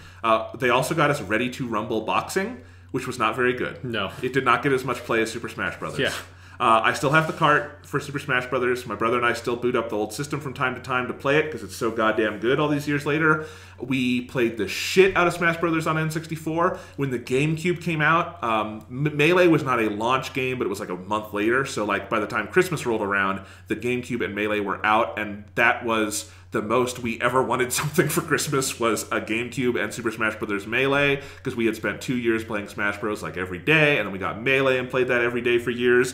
Brawl was 2008. I was so goddamn hyped for that. Played that all the time when that came out, even though Brawl I didn't like as much as the other ones. Smash 4, I kind of snuck up on me, but man, I played the shit out of that when it came out. We actually found some of these when we were moving earlier this year out of my childhood home. We had printed out a bunch of game facts guides for different games, but like I remember doing that. Yep, we had them for a bunch of different things. We had binders with 3-hole punched game facts guides, and we had Smash Bros. 1 and 2, original and Melee, with all the character guides and how you unlock things, because like, unlocking things in a video game seems a lot easier now when you can just do a Google search on your phone. But back then it was like, with Melee, it was this giant character select screen, but there's so many to unlock. How are we going to unlock all these characters? And as kids, it took a long time. You did not beat Melee in a weekend and get everything. It was months and months of work to get all this stuff. It kind of still is if you want to get everything in the like modern all Smash trophies Bros. And stuff. Yeah, I have one thing left to get in Smash Bros. For 3DS. I probably never will because it's to beat solo mode on Intensity 9, which is fucking impossible. But yeah, other than that, I did finally get everything on that. It took 100 hours. But yes, Smash Brothers is a series that like, it has to be at least this high. I really considered putting this at number 2 and flipping it with the next game, but I think this is the right place for me. Because Smash Brothers has just been the most constant thing in my video game life in terms of a game that I play, at least a couple times a year, if not a couple times a month, some version of it. Now that it's on 3DS, it's been very easy to just boot that up whenever I want and play a little of it. And soon it's going to be on the Nintendo Switch, which could be really dangerous for me and a lot of other people. Right, yeah. Because I'm going to have it with me everywhere. And, it's so many memories, it's so much nostalgia, but it is also genuine love for what a unique, weird, wacky blend of gameplay this thing is. I love that it has been a window into all these other characters. You know, I was introduced to most of Nintendo's oeuvre through these games. Link in that first game, learned who Fox and Kirby were. Fire Emblem was introduced to America via Melee and Roy and Marth, who were almost taken out of the North American version, thankfully left in, and then it was all the fans being like, these guys are cool, and then they gave us Fire Emblem GBA where we met Lyn, who is still not in a Smash Bros. Game, which is too bad. But, you know, well, maybe one day. You know, recently they've brought in other characters from other franchises, and that's been cool. It is this glorious celebration of Nintendo. You know, one of my favorite feelings is to get obsessed with a Nintendo franchise, like Metroid a couple years ago when I played every Metroid game. And then I went back to Smash Brothers and got really into playing as Samus and Zero Suit Samus and on their stages. That's just a really cool thing to do. I love that it is that celebration, but it is also a transcendence of all those series, because Smash Brothers, and I think it's unique among crossovers this way, in that it is its own thing that people love as its own thing, above and beyond those characters and franchises it represents, right? Yeah. You do not have to, like, with a lot of crossover games, like, I don't know, when they do like a Shonen Jump game, right? Yeah. I can't recommend that if you have not ever read a Shonen Jump thing, right? God, no. You have to know a couple of them. You have to know, like, Goku and Naruto and Luffy. Like, pick 3 and you'll be okay. But you have to know a couple of them. You don't with Smash Bros. And a lot of people have. I think there are a lot of people who have played Smash Bros. And maybe know Mario and Yoshi, but don't necessarily play Mario and Yoshi games, right? But you can just play Smash Brothers for that reason. And you discover them there and love them for their place in the fighting game all their own. And that is such a unique thing for a crossover. So again, it's this blend of nostalgia, but also I love the games for what they are. Smash 4, when that came out in 2014 with both the 3DS and Wii U version, both of which I've put in at least 100 hours into, like, that really, because that was the first one I played as what I would say an adult, right? You know, I was in college when those came out. And I really got a deeper appreciation for the mechanics of this game and how they build stages and characters. You know, it's a game that really has endured. My love for Smash Brothers has never really abated. It's been a lifelong thing for me. As I say, going on 20 goddamn years now. We've got another one coming out this year that I am very, very unreasonably excited for, because we get more Smash Brothers. It's just, you know, if you've played it, you know it. It's awesome. It's wonderful. It is Super Smash Brothers. And I couldn't love this silly series even anymore if I tried. Yeah, no, Smash Brothers is great. Like, it's the kind of thing for me, my love of Smash Brothers stopped with Melee, and I couldn't. Brawl was such a thing that I was like, I can't do this. Melee was it that I feel like it's hard for me to get back into that mind space of Smash Brothers. But yeah, it's. But if you know what, if I had in a couple months my Nintendo Switch here on the table, and I say, Sean, here's a controller. You want to play some Smash Brothers? I would say yes. Yeah. Yeah, that'd be fun. I'd go and I'd play a Solid Snake, and I'd go like hide in a weird part of the level and just shoot you with remote-controlled missiles over and over again and break the game from you like I did with Brawl. I'm betting they fixed that. Hopefully, they must have. Knowing how into the minutia they're getting with Smash Ultimate. It feels like that should be in the next Smash Brothers Nintendo Direct, as it just opens with, like, even because I remember specifically it was like, I think it was the Donkey Kong stage. There was like a spot you could stand where you're basically inaccessible because you're like right between two platforms that you couldn't quite get through, and you could just hit people with missiles. And they should just put that in. It was just the next Nintendo Direct, because you're just smashing Snake. Brawl was definitely my least favorite. You know, there was, because that was on the Wii, and the Wii was also a GameCube, there was a point where my brother and I stopped putting in the Brawl disc and just put in the Melee disc and went back to that for a while, which I think a lot of people did. But I still loved Brawl. I loved that weird fucking Subspace Emissary. Subspace Emissary is great. People should at least watch the cutscenes on YouTube if they haven't seen it. There was a lot of cool stuff they did for Brawl. The music in Brawl is still one of the best soundtracks assembled for any game ever, because I think they did it all live orchestra. It's a really cool thing. I love Masahiro Sakurai. I just love that there's this guy who has made it his life's work to make Smash Brothers games, and he is just open and out there talking about it all the time. I love the community around Smash Brothers. It's a really cool community. Loving the game means not only playing it, but then going and watching others play, which is really fun in its own right. I think Smash Bros, as esport kind of things go, is one of the most entertaining to watch, because people who are good at Smash Bros are really good at Smash Brothers. Yes, yeah. Which is, here's one other thing that kind of, I think, sums up how much I love Smash Brothers. This is my number 3 game of all time. I love this to death. I'm not good at Super Smash Brothers. There are not many fighting games Nay, maybe there are no other fighting games where I can say I'm just not that good at it, and yet I play it obsessively. Yeah. And it is that weird thing where clearly Smash is something that works for the hardcore audience. Because people who get hardcore about Smash get hardcore about Smash. Melee has been like one of the most enduring games at EVO, which is the biggest fighting game tournament for years. I think it might be the oldest game that is still regularly played since Street Fighter V came out. Had a huge tournament just last year. I mean, it's crazy. And so you can have that side of it, but it also clearly truly works for casual players or people in the middle or something. Like anybody can enjoy Smash Brothers. And certainly for fighting games, I don't think there's any other game that approaches it quite like that. No. Even Street Fighter or something, you have to have some level of like technical interest in it to get into it. Oh, yes, yeah. But Smash Brothers, if you just want to go in there and mash buttons and see the cool colors and the characters and the music and the stages and all that, it really is a magic trick how well it threads all those needles, I think. Yeah, very true. So, number 3, Super Smash Brothers. You're awesome. It is awesome, yes. Yes. All right. So, your number 3 was a game that's been with you your whole life. My number 3 is a game that's been with me for 3 years. Okay. It's been 3 years since May 19. I know what it is. The Witcher 3, Wild Hunt. With the keeping on the veil, the lad will lay work on the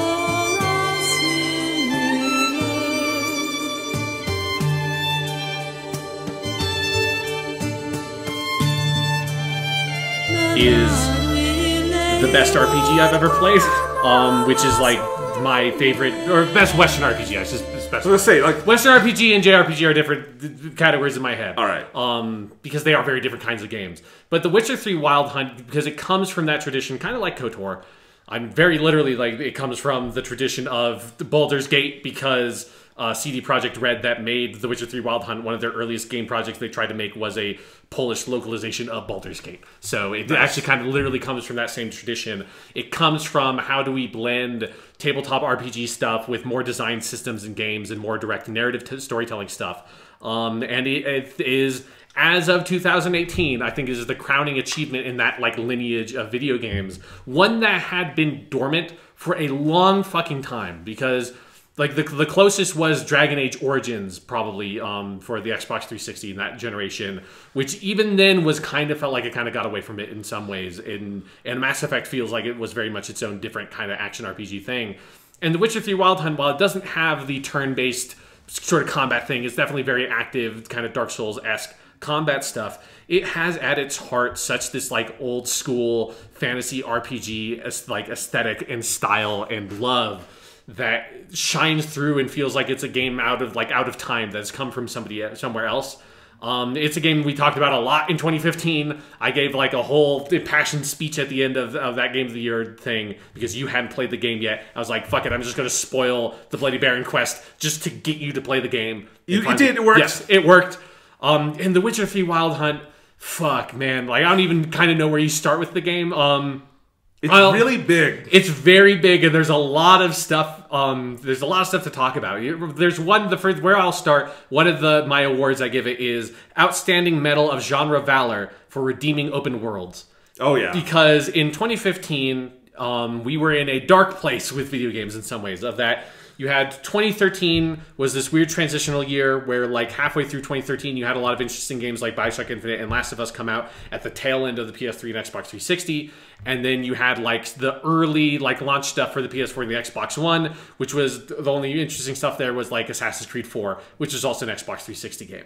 And then you had 2014, where if you had a Wii U, you were probably pretty happy because that was, again, I think we talked about this on the podcast recently, that was the year that like people were like, hey, the Wii U's pretty good. It's got Bayonetta and fucking Donkey Kong and all this cool shit. That was the year where it didn't seem like a foregone conclusion that the Wii U would die young. Yeah, it was this like realization of, no, maybe there is some life left in this thing. And then 2015 happened. It's like, no, actually, no, they need to make a new console. But but in 2014, everything else was like, you know, it wasn't like there were only bad, like there were good games that came out of the PS4 and the Xbox One. You had Far Cry 4 was a great game. You had Wolfenstein: The New Order. That was a really great game. And there's other stuff that came out. Velocity 2X. Velocity 2X. I'll just throw that out there. I tell people to play that game when I can. Yeah, so that's a fun game because was that for free on PS Plus at some point? Yeah. And then you had Middle-earth: Shadow of Mordor, which is a game I didn't like very much, but they won a bunch of Game of the Year awards inexplicably. Weird dude bros in college dorms liked it. And then Shadow of War came out, and then all of a sudden a lot of people were like, "Oh wait, we don't like these games." And then a lot of people were like, "It's the first one is bad too." And they're like, "Now I see what you're saying." And I'm glad that now we are in this united moment of Middle-earth: Shadow of Mordor was kind of mediocre. Had one good idea, and the rest of it wasn't that great. And so, yeah, it was just kind of a dark, middling time for a lot of games, particularly the kind of big Western AAA games that had been so dominant in the Xbox 360 generation. Even when games were good, they were problematic. I think one of the things that really was the reason I didn't play Witcher 3 when it came out. I played it 6 months later, but when it in May was end of 2014. One of the big games was Dragon Age Inquisition. Dragon Age Inquisition is a good game. There's no way to argue against that being a very good game.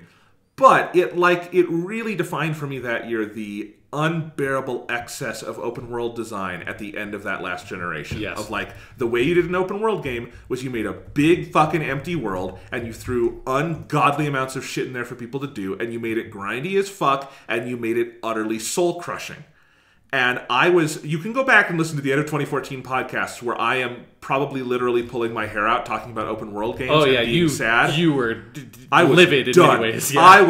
If you had told me that in a couple of years I would have an open world game on my top 10 of all time, I would have said, fuck you, I will never have an open world game. And yes, The Witcher 3 rode in like a shining prince in White Knight to save the genre, even though there's no shining princes in White Knights. In the actual game, yeah. Because again, a little more context, 2014 was the year that we both saw Watch Dogs and Assassin's Creed Unity. Jesus. Both of those games came. I mean, the Watch Dogs was the beginning of the year, Unity was the end of the year, but still, both of those games came out in 2014. This is just open world games were in a fucked up place. It was so much just barf on the map. It was, as you said, Inquisition. It was so bloated. So even if there was a lot of good stuff, it was just trying to find diamonds in the mud, right?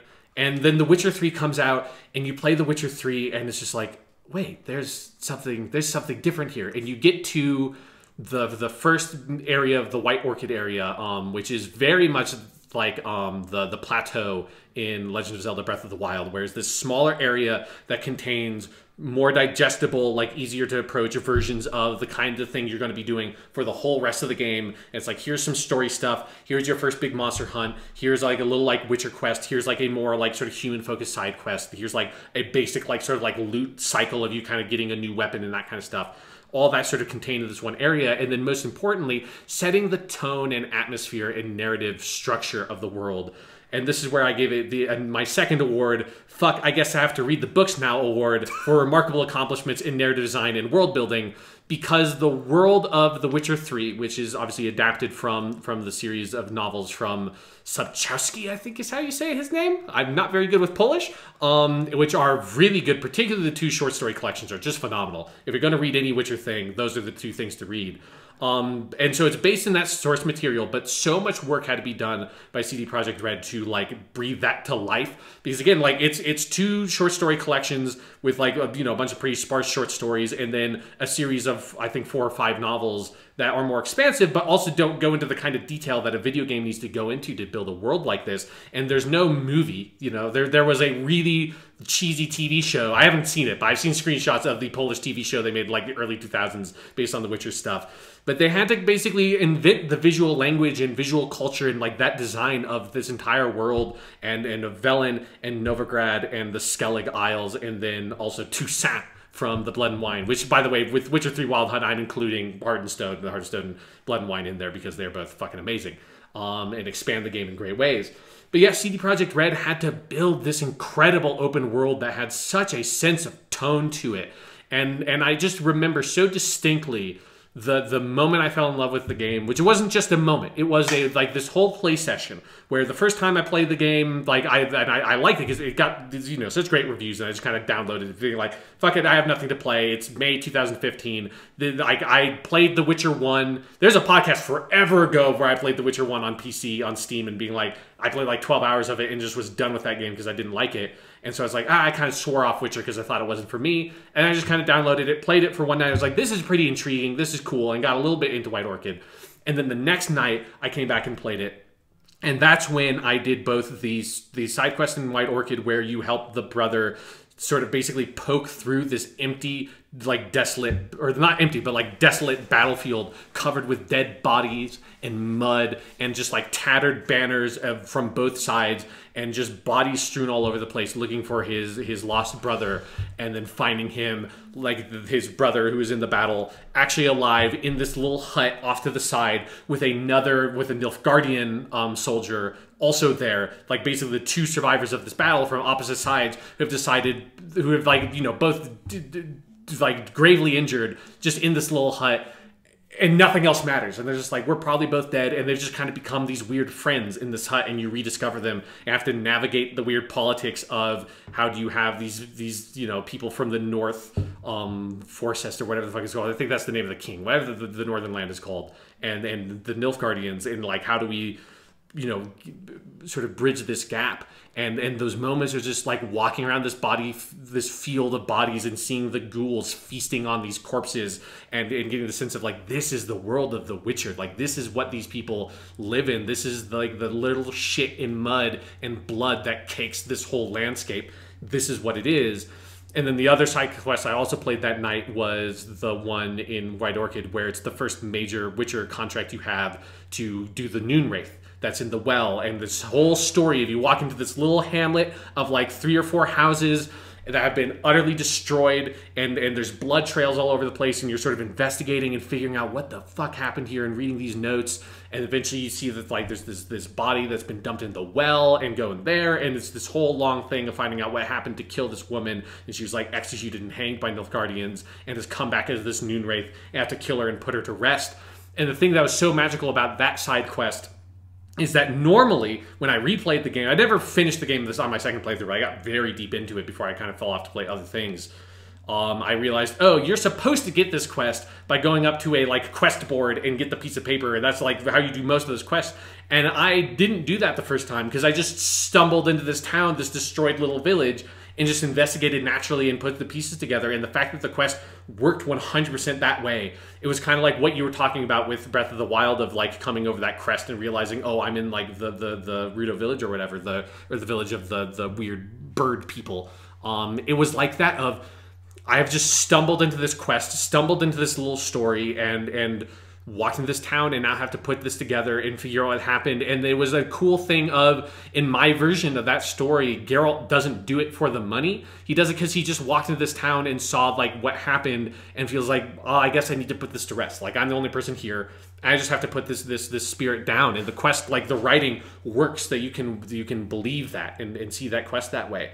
And that was when I really just sort of fell in love with the tone and atmosphere and style of this world that is so dark and grimy, but not quite in the normal dark fantasy ways that you come to expect from like Game of Thrones and that stuff. It has that very distinct Polish, like Eastern European element to it of living under, you know, this like, I mean, having hundreds of years of like shit piled on of like all those sort of Eastern European countries, that is very true. But then particularly more recently in history, like, you know, it was made from people that lived through like socialist dictatorships and like the whims of the USSR and like the very harsh realities of living in that kind of world.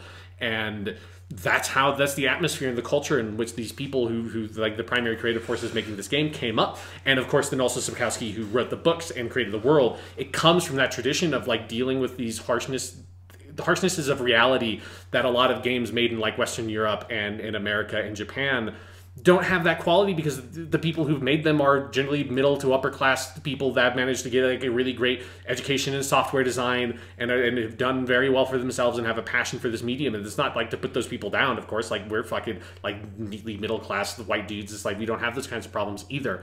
But there's such a different perspective and like incredible sense of despair that can come across when it's almost like watching Godzilla or something, where you feel the people that made this game know a lot of what is actually going on here and are able to infuse it with such a sense of like reality and life and perspective that most stories just don't have, particularly fantasy stories.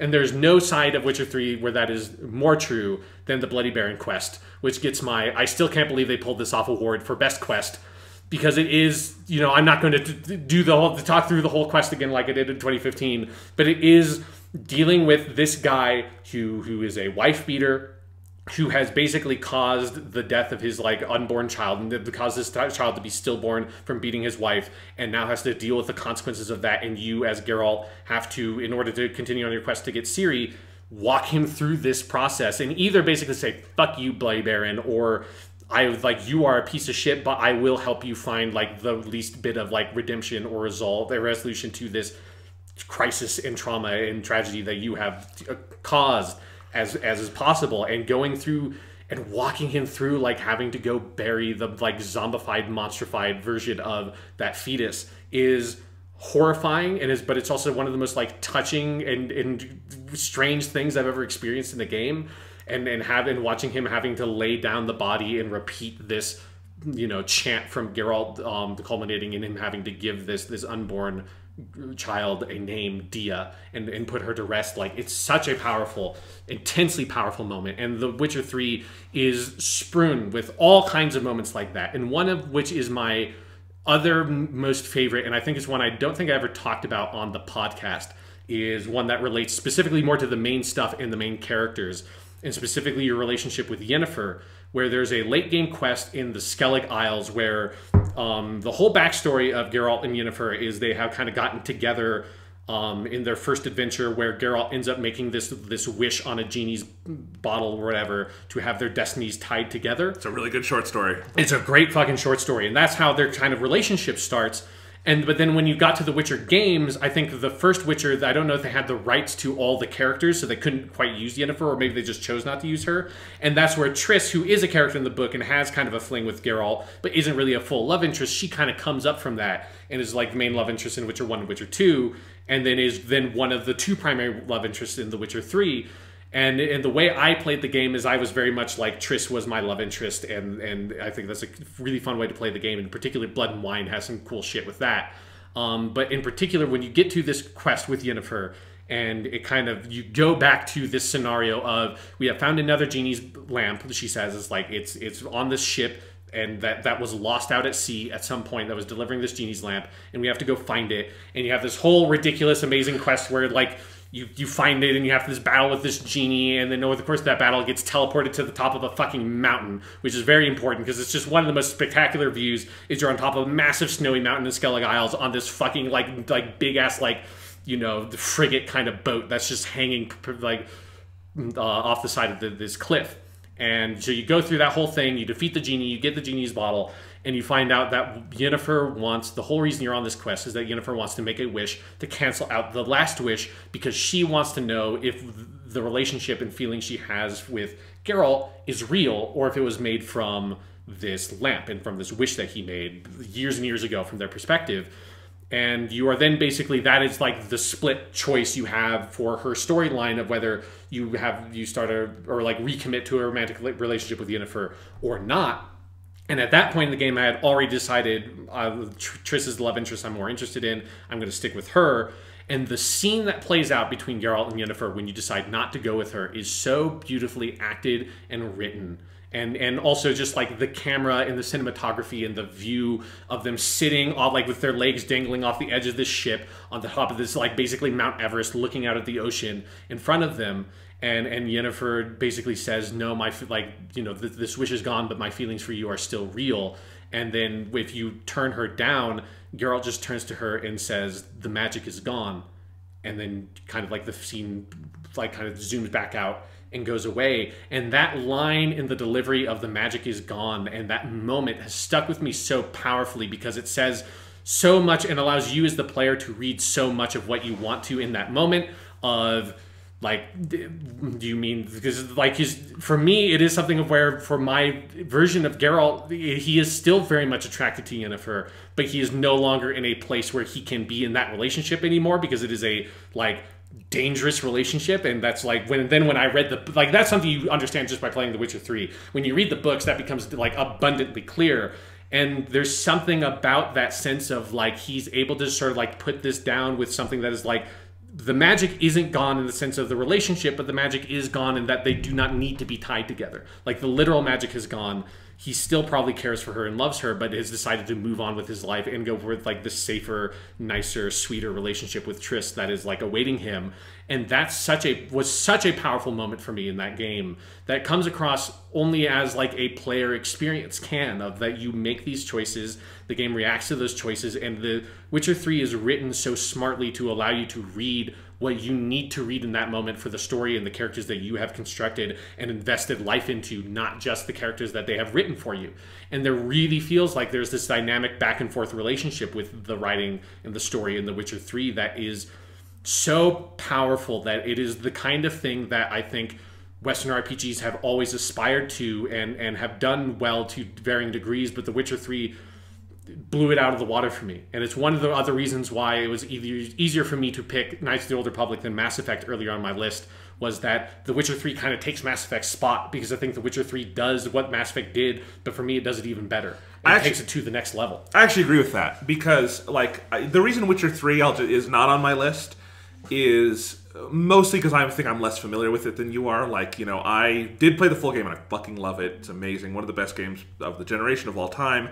But I haven't had the time to play all the DLCs because they're not like little 5-hour DLCs. No, they're not short. No, they are basically games. Like Blood and Wine is basically just another video game you can play. Yes. So one day I will, I'm sure, but I have not yet. I have only played the game once. I've read the short stories. I have not read the whole cycle the way you have. But like, so I really love the game. I just feel like I wasn't close enough to it to honestly put it on here and talk about it like at the depth you have, whereas I can still do that with Mass Effect. But I do think intellectually, I agree with that. I even said this earlier, like the Mass Effect trilogy, they did that over 5 years and 3 games. The Witcher 3 feels like it has the breadth and depth of an entire Mass Effect trilogy in one game. Yeah. Pre-DLC, before you get into all that other stuff. Like, when you get to the final hours of The Witcher 3, which has a very long, like, Return of the King-esque ending, right? Yeah. But in video game terms, it's not 12 minutes, it's 12 hours or something, right? It really feels like you're wrapping up more than one video game. And I know technically it's The Witcher 3, but no one who played Witcher 3 played 1 and 2. Yeah, I didn't play 1 and 2. Yeah, so you don't have to. Like, I played the first 12 hours of 1 and I was like, nope, I can't do If you're afraid of, like, the 3 in Witcher 3, like, that actually would have been one good case of dropping the 3 on a game. Like, they didn't need... It is the third one, but you don't need to know the other 2. You really do feel like the weight of, like, oh my god, time has passed and things have happened. And the closest I think I could compare that to is some JRPGs, with their length, also have that sense, like a certain series that rhymes with Persona that we might talk about later. Maybe. I think has that effect when you get to the end of one of those games. But The Witcher 3, I agree, is kind of the only Western RPG other than a Mass Effect that has that impact. But it does it so organically and consistently through that one game. And the other thing, and I think you've been talking about this, that I just want to say about Witcher 3, is that it is one of the only games, if not the only game, where I would say genuinely you should and need to do every single thing you can do in the game. Yes, yeah. Maybe Mass Effect 2 is a good one like that too. But like there are... But Mass Effect 2 is like 30 hours long to do everything. The Witcher 3 is 100 plus hours long. Yes.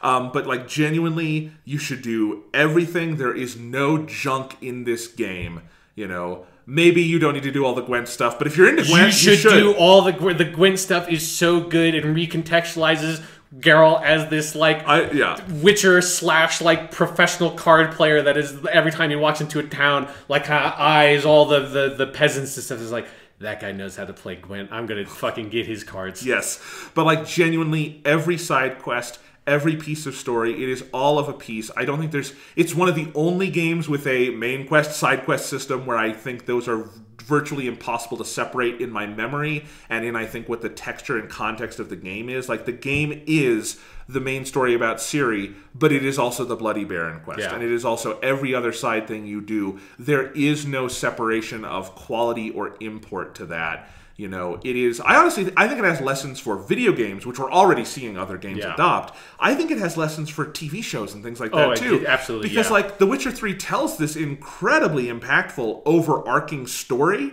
but it also builds that through a lot of episodic short story kinds of things that keeps you pulled through. So it's a 100-hour game, but it does not feel like it is long in a sense of, like, dragging you along to that point. It feels like you want to come back and play more and more of it every time. And like, we're in a moment where TV shows, especially streaming shows on like Netflix is the worst at this, cannot decide. We have to be all serialized and it's just 12 hours of shit that we dole out and then cut up, or it's 12 discrete episodes that don't link up much together. And it has to be one or the other. No, it doesn't. Just put them together. Yeah. You can have your episodic building to the big thing. It's not a lesson. For TV, it's not even a lesson we should have to be relearning. Like, we've known that at different points in TV's history, as recently as like the 2000s, right? But The Witcher does it so beautifully. I think it's a lesson for any kind of long-form storytelling. You have to mix the macro and the micro, and it mixes the macro and the micro as well as I think you can. Yeah, which is also like, and that's the element of it. That's like one of the magic elements that makes the open world work, is that it's both like the presentation of the game, which is spectacular, and it's such a gorgeous game, has such a great sense of art design, it has some of the most gorgeous sunrises and sunsets you'll ever see in a video game. It's got incredibly atmospheric, powerful, interesting, different music. This is another one of those where it's like the score of The Witcher 3 is very different than the scores of like other big Western RPGs, like a Skyrim that goes for that more traditional fantasy, like heavy horns kind of thing. And The Witcher 3 is like this very interesting, different kind of it's very Polish. Yes, very Polish. You feel that a lot. And so it's like all of that presentation stuff and just the design of the world and sitting in the world and running through like the branches of like the forest and everything is immaculate and perfect and amazing. But it is also then the major points of contact between those spaces of the side quests and the Witcher contracts and just like the random bandit camps or whatever you run into, and the bigger main quests or like the very meaty side quests like a Bloody Baron kind of thing that are basically main quests. All of that stuff is layered in the perfect way to make it so that you're always constantly doing different things. You're spending different amounts of investment in different things because it's like they're all interesting, but they require different amounts of time for you to commit to, and they roll out over different spans of time, which is perfect. It also, one thing I love so much about The Witcher 3, it's also going back to kind of like that KOTOR stuff of the detective quest that I talked about. Witcher 3 has so much of that, also of feeling like a bunch of the stories it tells are basically stories in totally different genres, and there's some that are like basically not fantasy at all. There are some stories that they tell that are like high fantasy and like ridiculous high fantasy magic bullshit that happens. Some of that around Ciri and the Wild Hunt is like that, and going to fucking different dimensions and shit that you do later in that game, which is awesome and weird. And like the one weird different dimension Wild Hunt dude that's like invented cubist art in some alternate reality is so good. So it has all that stuff, but then it also has like this whole like troll slaying epic out of like basically one of like the chapters of Beowulf in Skellig Isles, where you go to that whole island that is just dedicated to this one quest of slaying this giant troll monster. You have there's this beautiful chivalric style tale like straight out of fucking Gawain and the Green Knight in the Blood and Wine has a lot of that stuff. It just has there's some fairy tale stuff and like dark fairy tale stuff that's in there with the Witches of the Woods in Velen. Like so many different genres of fantasy and that kind of fiction are represented across a wide spectrum in The Witcher 3 that gives it this very rich texture to it. That is one of the reasons why it's like kind of unparalleled in its genre, is that it gives you this breadth of material that is wider than anything else, but also like the depth to which any of those individual examples go is much deeper than their equivalent in other games in the genre. Yeah. Anything else to say about The Witcher? It's just so fucking good, and it's like it's one of those of like it doesn't matter that it came out 3 years ago. Like it's particularly like I'm glad that we're doing this in 2018, where it's become very evident how much influence it's had. It makes it very clear that yes, it has earned its place on a list like this. I mean, it's a game that put a Polish video game company on the map as one of the biggest developers in the world. Before 2015, how often did you hear the term Polish video game company? Never, yeah. Not to put down CD Projekt Red's previous work, it's just like that was a galvanizing moment for the world stage. The Witcher 3 is one of the best-selling games of this generation. Like it's in the top 10 selling games of this generation. That's crazy. Like one last note before we move on to your number 2 is just if people are interested in The Witcher 3, I have to recommend a really great documentary series done by NoClip on YouTube that it's like a 5 or 6 part documentary series, which is part about 30 minutes long, going into the history of CD Projekt Red as a Polish developer, talking about their origins, and then breaking down the different elements of how they designed The Witcher 3. It's deeply interesting. The chapter in Jason Schreier's book Blood, Sweat, and Pixels is also very, very good. Yeah, that's one of the other great things about The Witcher 3 is if you want to learn more about it and how it was made, there are multiple sources out there that give you a deeper look than you get for almost any other game. Yep. All right, so should I move on to my number 2? What's your number 2, Jonathan? All right, moment of truth, I feel like, because we're getting down to the there's wire. there's a lot riding on what our number 2 and 1 choices are. Number 2, Super Mario 64. Woohoo!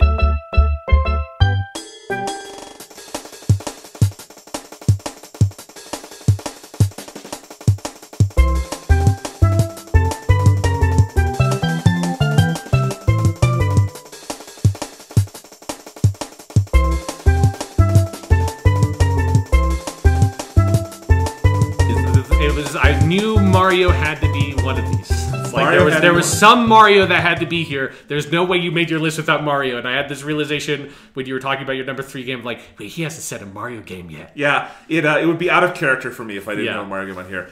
Because when I think of the word game, say the word game to me, what does that evoke? If I did the therapeutic, call and response kind of thing. Hey, Jonathan, game. Mario. That's the first thing that comes to mind. It's not because I think it's the greatest achievement in the history of gaming, although you could make that argument easily. But Mario is just, that defines game to me. And when I think of Mario, the thing that defines Mario for me is still Super Mario 64. In many ways, because of that, this is the game that I sort of associate most strongly with the very essence of what gaming is. This simple but deep set of controls, deceptively large and complicated world to explore, and a truly endless amount of fun you can have with it. You know, gaming is supposed to be fun, right? And Mario 64 is sort of just like the world's greatest toy. Certainly as a kid, getting this was like getting, I was like, I'm never playing with a real toy again. I want to play video games. These are great. I think Nintendo has arguably made better Mario games than this one in the years since, and I do want to call out some of the other ones, because this is also standing in for Mario, right? I think you could argue Galaxy 1 and 2 are pretty much the unassailable peak of 3D platforming creativity and perfection. I don't think they're ever really going to get more interesting than that. I think Mario 3D Land on the 3DS is just an ingenious spin on how space is negotiated, not just in 3D platformers, but in any kind of 3D game. And then, of course, last year's Mario Odyssey is a perfect celebration of the series' entire multifaceted history. It's a little bit of everything Mario has ever done under one roof. And that's just 3D games, because you also have the original one on NES, and you have Mario 3, and you have Mario World, and those are all gorgeous and fun and inventive. And I don't know if I were playing all of these games for the first time today. Like, I was new to Mario, I'm playing the whole series. I don't know if Mario 64 would be what I call the best Mario game. There's literally no way for me to know that. Yeah. That is a counterfactual that is impossible for me to imagine. But I do know this. Every time I thought about swapping Mario 64 out with a different Mario title for this list, and there are plenty of great choices again, it just never felt quite right to me personally and to my life and experience as a gamer. Nor did putting any other game at number 2 feel as honest, because I swapped out a bunch of other ones. I'm like, could Smash Bros. Go here? Could Metroid Prime go here? Could Halo go? Whatever. Like, what could be my number? Because my number 1, I'll say, was super fucking easy. Okay, but my number 2 was like, what's going to go here? But every time I put Mario 64 in that spot, it just felt right.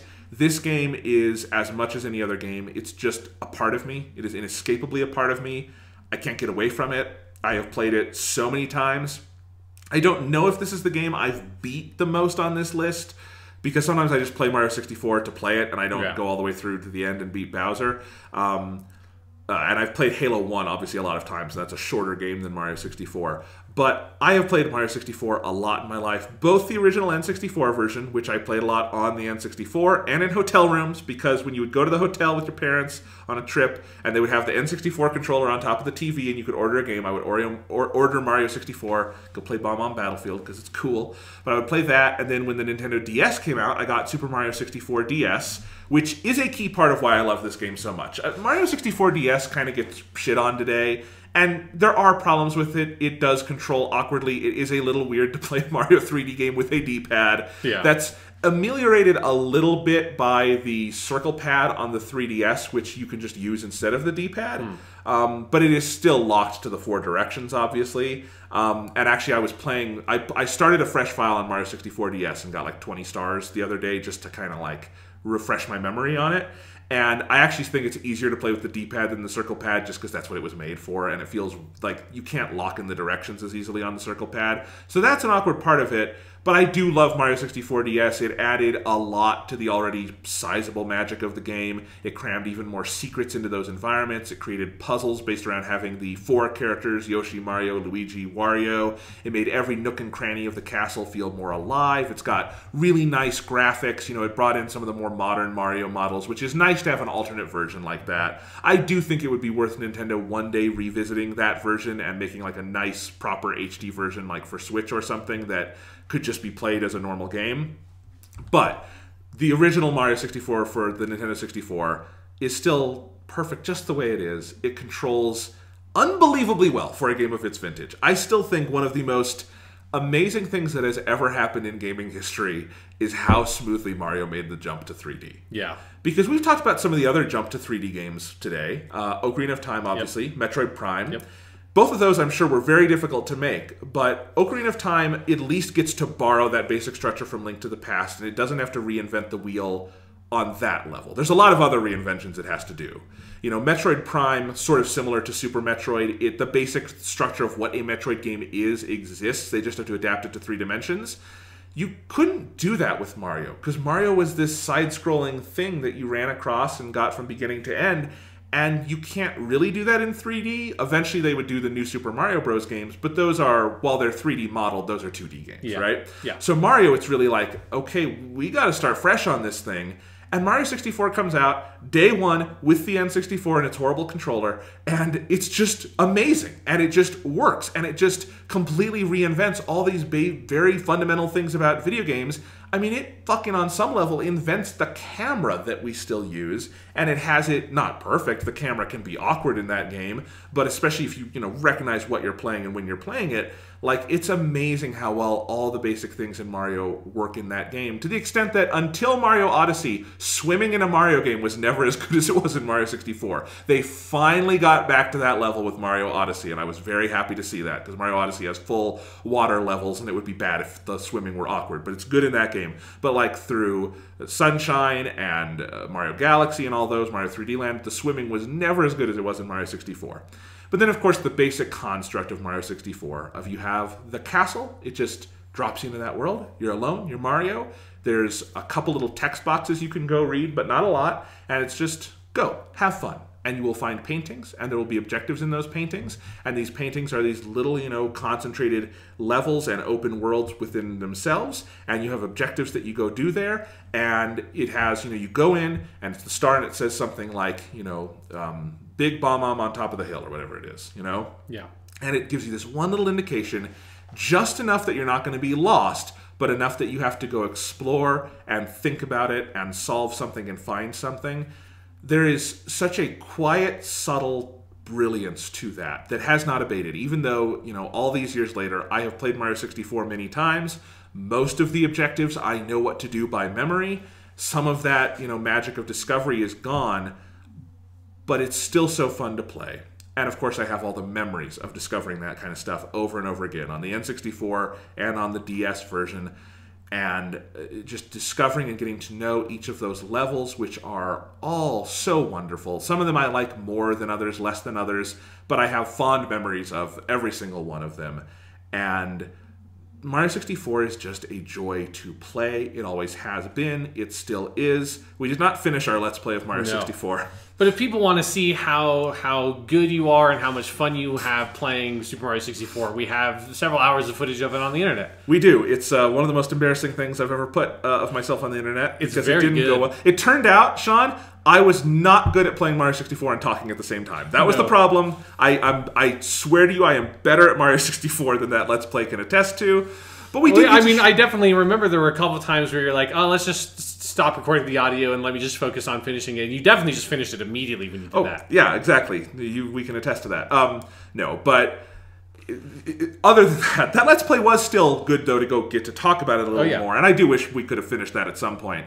But the game, it is like a Halo Combat Evolved or a Metroid Prime or something that is on the older side of the games we're talking about on this list, of that I have a lifetime of memories with it, and it really was the launching pad for me into all the other Mario. This and the original NES Mario Bros, because weirdly that came out, at the time I got a Game Boy Color. So like this and Mario 64 were my two entrees into Mario, and I love them both to death. But Mario 64 is, I am just still astonished by how I can always come back to it. I'm astonished at how much casual magic there is to this game, of just the specific weird isolated tone of you being Mario alone in this castle, and there's weird things to discover, and there's kind of surprises around every corner, like, you know, jumping into the volcano in the lava land for the first time, or smashing on that pillar and like draining the lake, the moat around the castle for the first time, or the second time or the third, because it's always kind of a crazy thing to see happen. And or discovering the wing cap for the first time in that weird level where you have to jump in and like do all the stuff. I just think there really is no other game quite like it. A lot of people tried to, I think, force some kind of hackneyed takes on the Mario Odyssey of like, this is finally Mario 64 2, and it's not. I love Mario Odyssey, but that's not really what it is. It takes some things from that, but it really is its own thing. Mario 64 is kind of irreplaceable. Like, because the one time they have directly tried to recreate it is Mario Sunshine, and I know some of you love Mario Sunshine, and I respect you, and that's fine. It's not a good game. No. It's not. It's a bad game. It's hard to play. It does not control well. It's awkward. It's repetitive. But it kind of shows if you that, like, really love collecting 8 red coins, Super Mario Sunshine is the game for you, because they have like 100 of those levels. They do. They're really tough to complete because Mario just goes off on his own because the controls don't work. But yes, I think there's a specific magic to Mario 64 that was sort of impossible to recapture, but was so special in the moment, continues to be so special. It's a great game. It's a simple game in some ways. This is not one where I have a ton to say about thematic complexity the way you do with like The Witcher 3 or something. But I still feel completely justified in putting this as my number 2 because, again, when I think of what a game is, one of the first things that will always come to mind is Super Mario 64. It is part of my canon. It's part of my life. It's a him. It's a Mario.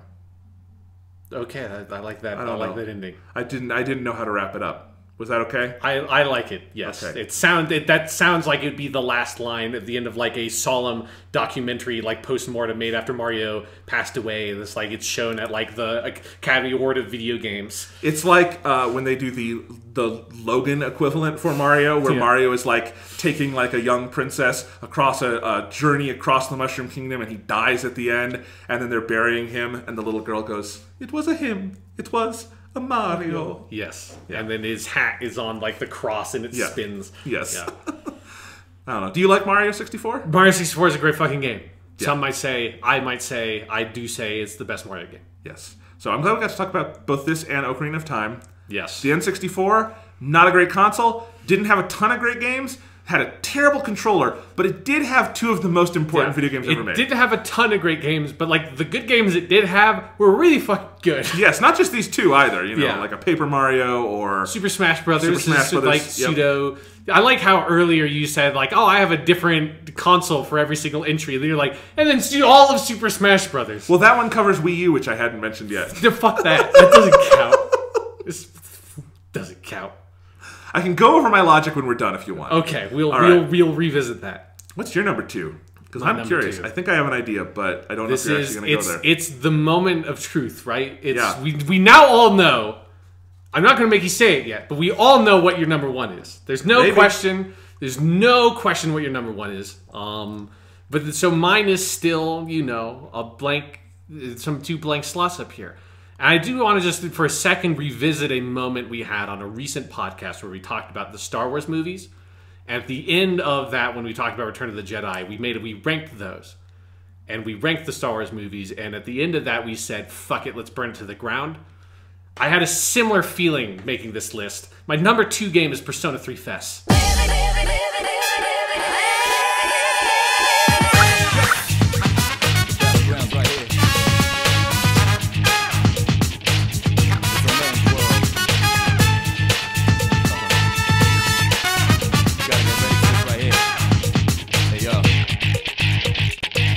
Anger breathes out, face reality, never be charity. The enemy you're fighting covers all society. Damn right, mommy's not here, gonna fight all night. Right here, shadow 10 o'clock direction. Seize the moment, destroy the nation. You rhyme slow motion, give me motivation. Breathe out now, and then on your rival. Round up around, spit out all over. Rhyme like a rolling stone, coming and crowd. Watch out, the moon, they diss too loud. Guess what this sound and bombs whole ground. So round up, don't ease your pace, cause enemies brutal. Moment of truth, there ain't no truth. You're the only one world, one lord. But the battle goes on, shadows all mass destruction. What? Burn it to the ground, Jonathan. If your number one is there's a new king on top, motherfucker. I can't accept this. It's exactly what you think it is. No, Sean, you can't. Come on. Yes. Number 2 is Persona 3 FES. And it's very specifically, it is important to point out FES because it is the version of Persona 3 to play. So yeah, this was a hard choice, but it was a choice that needed to be made. And Persona 3 is, I mean, for fuck's sake, like, how long is the Persona 3 podcast we did, Jonathan? Like 5 hours or something? It's not that long. Persona 4 had a longer one, actually, but it's at least 3 hours. Yes. So we have, and that's just the first time we talked about it. Yes. We've talked about it many, many times.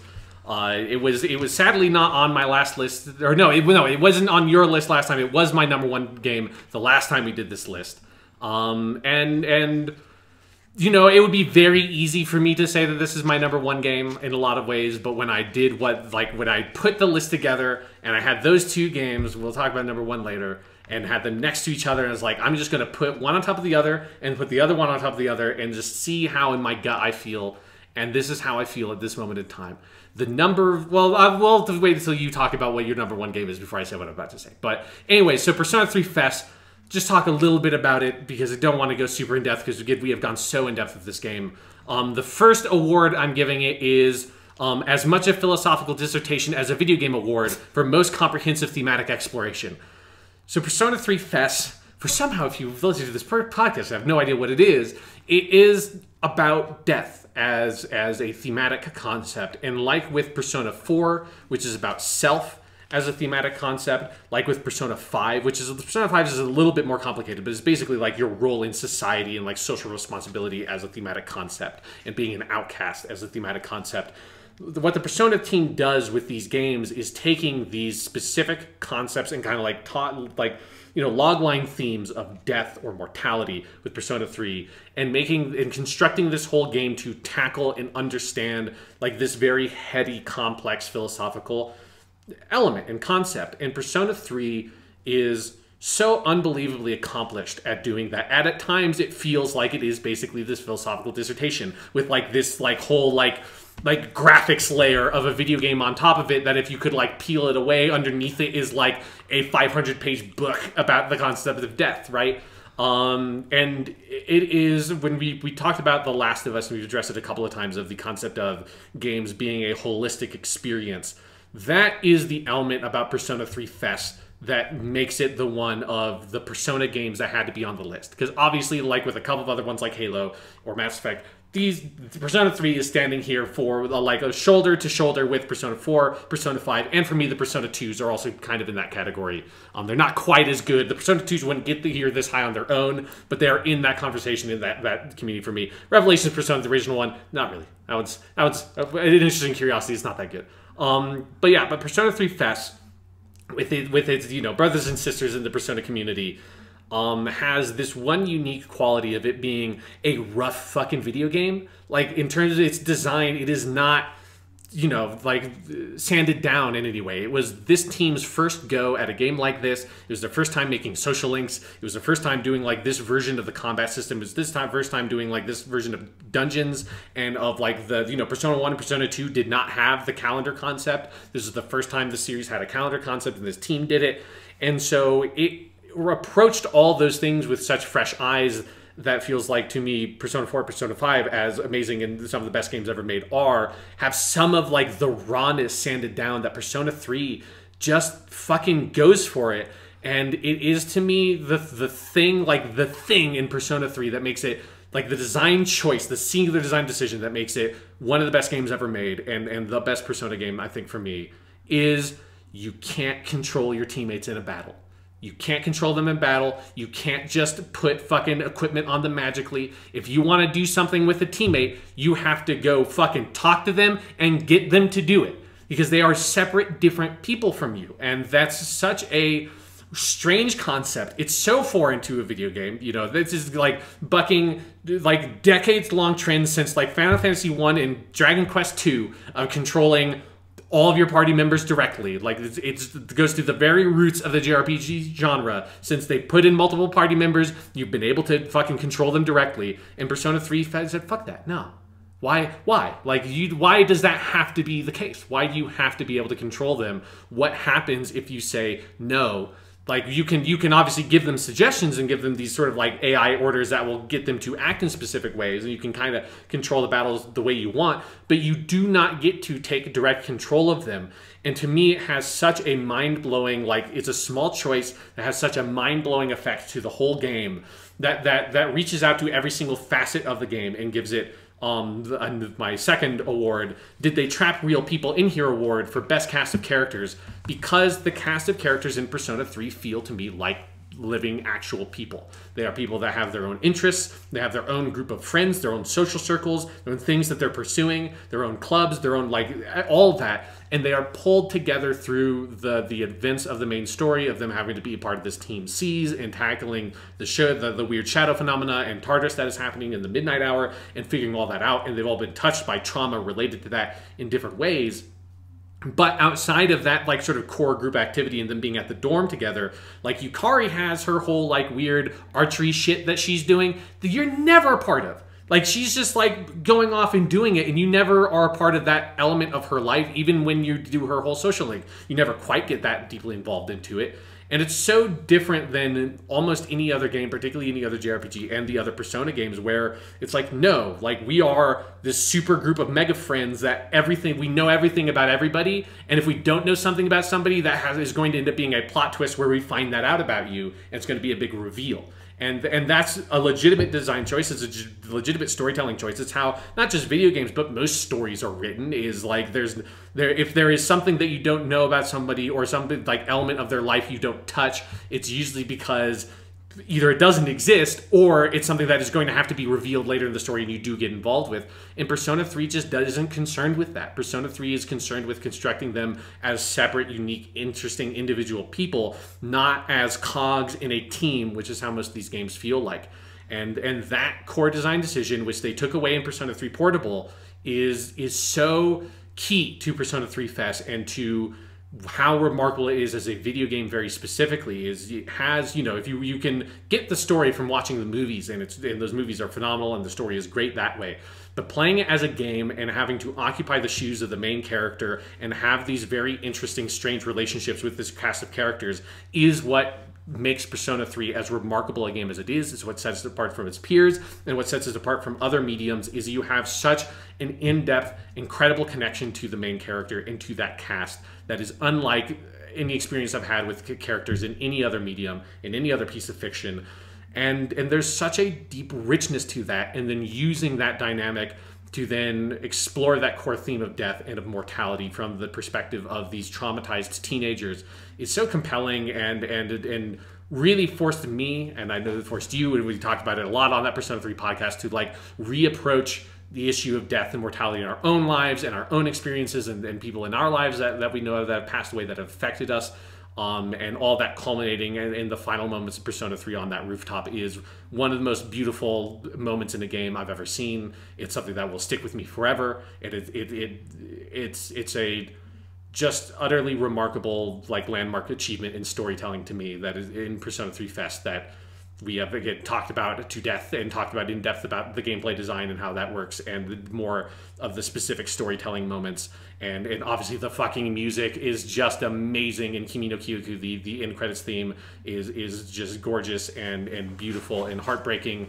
And so much of this game is made to just the like utter levels of perfection, and then it has just the nice raw edges on top to give it this sort of edge and rawness to it that makes it feel fresh and dangerous and compelling and interesting. The last thing I need to say about Persona 3 Fest is over the past couple of years, I've had the privilege for multiple games of being able to give them a specific award that I love and adore, and we've been given the permission to do this. And so this time out, it's a bit late coming, but a new award in that line has been made, and this is the inaugural addressing of it. Persona 3 Fest, I'm very proud to say, wins the Miyuki Sawashiro Lifetime Achievement Award for Peculiar Excellence.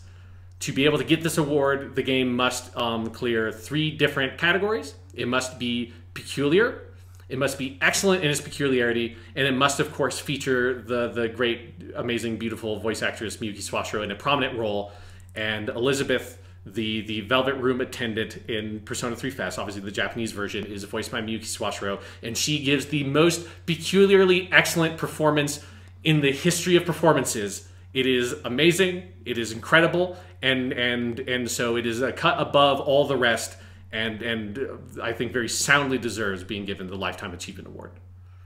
All right.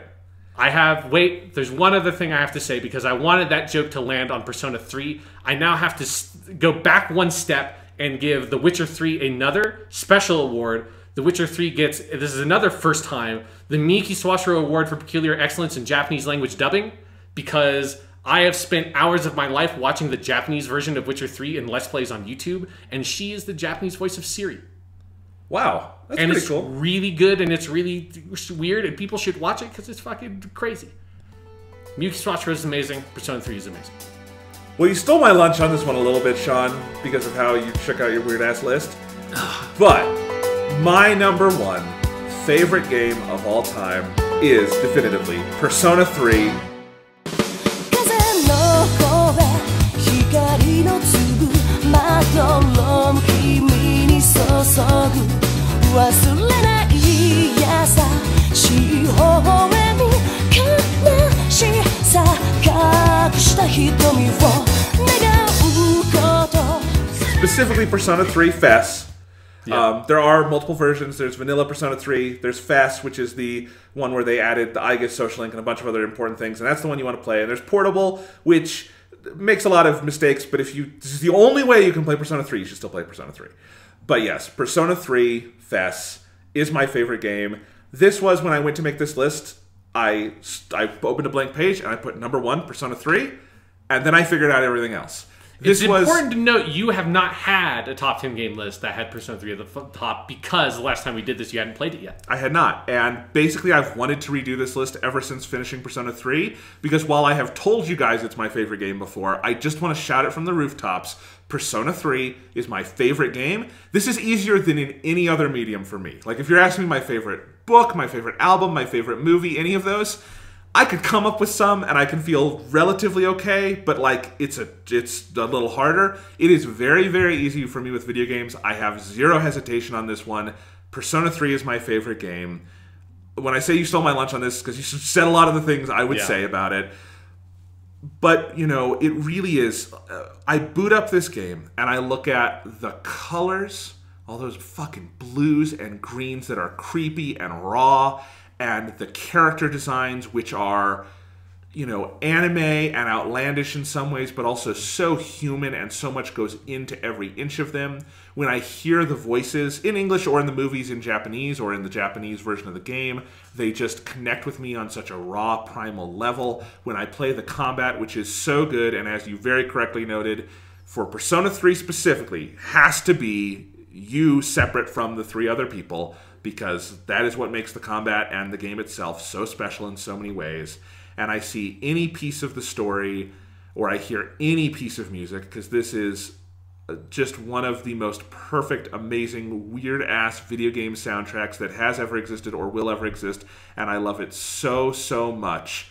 I just know, in every inch of every one of those things, Persona 3 simply means more to me than any other video game. You had the game over there on your shelf, the original PS2 copy of it, which I don't own, because I have this digitally on PS3. Yes, I bought the actual game to play it in an emulator on my PC. That is good. That is a moral way to do it, Yeah. Sean. But I am flipping through the manual. 1, video game manuals need to make a comeback, because they're fucking great. Yep. 2, I'm just looking at, again, the text and the colors and the character designs in this manual, and I feel something I have never felt with any other game. And even with the other 2 Personas, because 4 and 5 very much get to take an honorary spot alongside number 1 with this for me, and I love and treasure those games deeply. Yeah, if we gave the different Persona games entries on this list, it would be a very crowded top 5. It would be.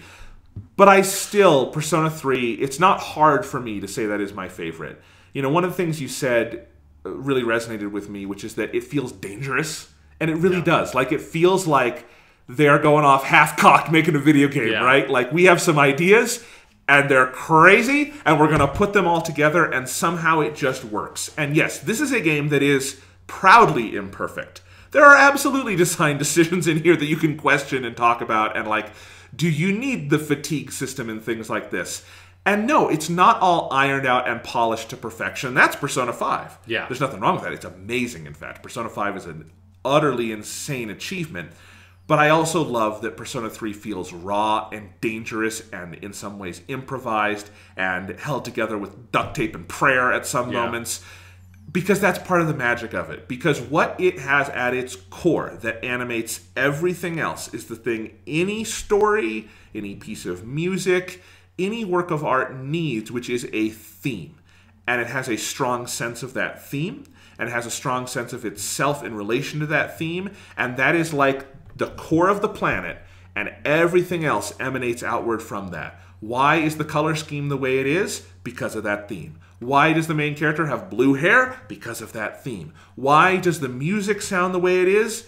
Some of it's because of that theme, some of it's because Shoji Meguro is fucking crazy, right? Yeah. But like, all of it comes out of that. And it is one of the most amazing achievements in terms of, I think, that thematic centrality that I've ever seen. And that theme, of course, is death, and it is about dying. It is about the act of dying, and it is about the act of being left behind. It is about the existential crisis that comes from realizing one's own mortality. It is about death in all of these different ways. And I said this back in 2013, or I think it was 2013 when we did our big Persona 3 podcast. This game asks the biggest questions a human being can reasonably ask and get any kind of answer or closure to. You know, you can ask something bigger like, why are we here? And then you can go fuck yourself with that because we don't, like, you're here. Deal with it. Like, let's ask a real question now. And these are questions worth asking and worth exploring, but that most works of fiction are never going to come as close to grasping as Persona 3 does. Not just in its incredible ending, which is one of the single greatest things ever committed in the name of art, but throughout itself. And there's a tonal variety to this game that I hope people understand is there, because Persona 3, when we say it's about death, that sounds like it's very dark. And it is a dark game. It's also a hilarious game. Oh, yeah. It's a funny game. It is a fun game. It is fun to just play. We have talked about all the mechanics that go into making Persona so many times that I don't think I need to repeat them. But the basics of like the dungeon side of things, the social link side of things, the day-to-day, living in this world, it is just one of the most invigorating and properly thematizing game loops in the history of video games. It creates some of the best storytelling in the history of storytelling. But it is a tonally variant game. It has the fun, it has the lighthearted, and it can be funny, and it can be charming, and it can be, kind of sorrowful at other times, and it can be very sad and dark and violent at other times, or it can just be lighthearted. It can be all these different things, and never stray from that main theme, because the idea of Memento Mori, which is, proudly on the, I don't know if it's actually on this box, but it's in lots of art. It's in there somewhere. It's in there somewhere. Remember you will die is, remember you will die, and that's sad. But remember, you will live, because that's part of dying. And that if you're living, you can have friends, and you can have relationships, and you can be in a world, and you can experience that world. And the knowledge that it is not a forever thing, that it is something that will run out, that you will run out, that the people around you will run out, makes every inch of that so much more precious. And Persona 3 lives and breathes that idea in every single fiber of its being, in everything it excels at, in every rough edge it has. All of that is there in every cell of this game. And I don't know if there's a more complete work of art I have played in the video game space in terms of conveying an idea and drawing you in on that idea than Persona 3, specifically Persona 3 FES, which is the most perfect version of the game. I could not love this game anymore if I tried. It could not mean more to me if I tried. I think the only time I've ever cried during the podcast was talking about Persona 3 on that episode. So that's actually episode number 60. I remember that because it was a significant number. But yes, I've told the story of when I finished Persona 3 for the first time. I remember it very vividly. I was sitting at my desk at my old house, and that those last scenes played, and as the credits were rolling, I was like just sobbing in the corner. No other game has made me do this, just openly like weep. And I was working through some shit. This was about a year after my dad died. And I said this at the time, it's still true. In the first year after my dad passed, Persona 3 honestly was the most comforting, clarifying, cathartic thing I experienced. And maybe that sounds weird. Oh, it's a video game. But it's true. And it's not a video game. It's art. And video games are art. And art can be video games. And it's all one thing. And art is one of the ways we process the world. That's why it exists. That's why it is important. It is a way we make sense of this weird short thing we call life. And Persona 3, I think, contextualizes life in some of the most interesting ways I've ever seen art do. It's not just a masterpiece. It's not just one of the best games of all time. It's something that means an awful lot to me personally. And if you have never played Persona 3, I hope you will. But no, feel free to skip Episode Igus because it's a piece of shit. I like Episode Igus. Episode Igus is great if you want to go enjoy it on YouTube and not play any of it. But it is utter lazy bullshit if you want to just play it, because it's like you have some story at the beginning and then like 40 fucking hours of grinding, and then you might get some more story at the end, which I never figured out because I played 20 hours of it and nothing had happened. So I'll just say that. But the rest of Persona 3, I love. So anyway. Apparently I love Persona 3 more than you then, because I love Episode Igus also. You only put it at number 2, you sinful motherfucker. I will say that for me, Persona 3 is like on its, like, if this was a like podcast list of like this podcast top 10 games, Persona 3 is easily number 1. Yes. But this is not the podcast list. This is my personal list. So what is Sean's number 1 game? My number 1, it couldn't be anything else. My number 1 game is, of course, Captain Crunch's Crunchling Adventure.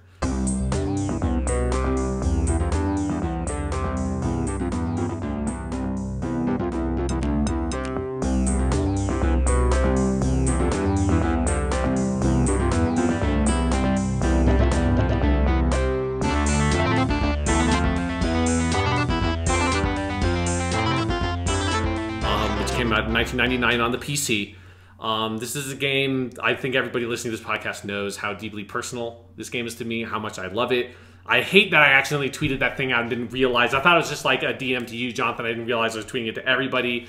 But of course, we have to talk about it a little bit. I'm just going to read a paragraph from, this is the Giant Bomb game wiki for Captain Crunch's Crunchling Adventure. Just about like the scenario in which, because I think it really illuminates a lot about the game, that Captain Crunch's Crunchling Adventure was created. Captain Crunch's Crunchling Adventure was part of Quaker Oats' Where's the Captain promotion in 1999. The game came packaged as a CD-ROM with double boxes of Captain Crunch cereal, or could be ordered by mail with the purchase of a single box. A press release given by Quaker Oats set the retail value at $30. That's very cheap for something so incredible. The game revealed the location of where the Captain had been and continued his adventures there. The CD-ROM could also be played in an audio CD player where Captain Crunch gives a 20-minute narration of the story in the game. You can also, if you just put the CD into your computer, you can just rip all the audio out as WAV files from the game. So I'm now sending you, Jonathan, an email with the main theme of the game to put into the podcast. Thanks. Now I don't have to go look it up. Yep, and so that's the raw shit. That's straight from the CD. That's straight from the source. You're drinking from the source, motherfucker, on that one. Sean's email, everybody. The subject line is "It's crunch time." Yep. Yeah. So just to sort of run down some of the awards, I give it Best Captain goes to Crunch. The Mario Party distinction for greatest ever minigame goes to the one where you throw giant rocks at pterodactyls. That's one of the 3 minigames in the game. It is, of course, it's a game. I should describe what Crunch's Crunchling Adventure is. It's a game where you play as a... Well, I guess you don't. You kind of play as a third-party observer, because Captain Crunch does talk to you in his dulcet, sonorous, beautiful tone of, "Hey, what's up, guys? It's me, Captain Crunch. I'm here for Crunchling Adventure." And he does all that shit, and he's kind of talking to you, and you have a little Crunchling. You can pick 1 to 3 Crunchlings and kind of customize them a little bit with different colors. And you feed them Captain Crunch cereal, which leads me to my 3rd award. The Crunchling Approved Award for Best Captain Crunch cereal goes to Captain Crunch Crunch Berries. It's the best. It's better than normal Captain Crunches for suckers. Peanut butter Captain Crunch just feels they taste bad. Crunch Berries is where you want to go for that shit. What do you feel about Oops All Berries? I'm personally not a big fan. I need a variety of the texture, but you can use it to make very funny jokes.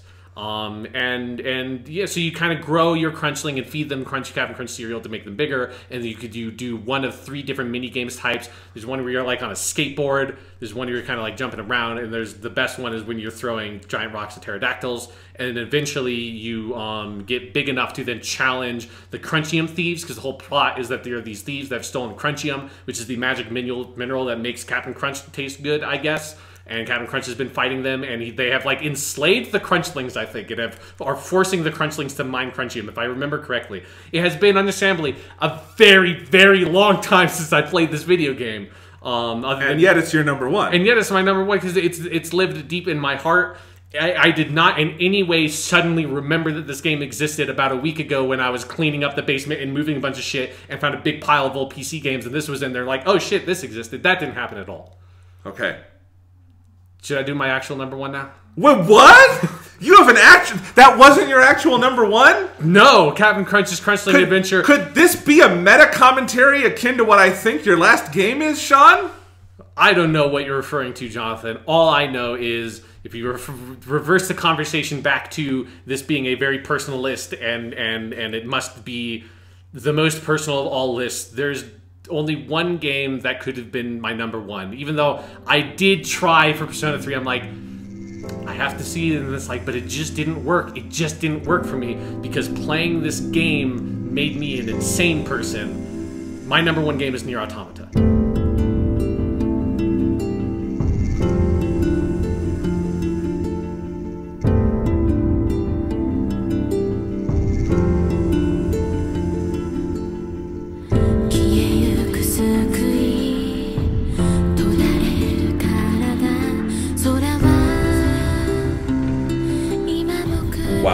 So if you want to talk about recency bias, burn it down, motherfucker. I was about to say... Burn it down! You did not care about recency bias. I played this game through twice. Okay. And that was enough for me of, like, I feel like I did my due diligence for this game. And I loaded it up again just, like, to run around, and I listened to the soundtrack a lot and got a lot of emotions from it. I'm like, I need to put this game at number one.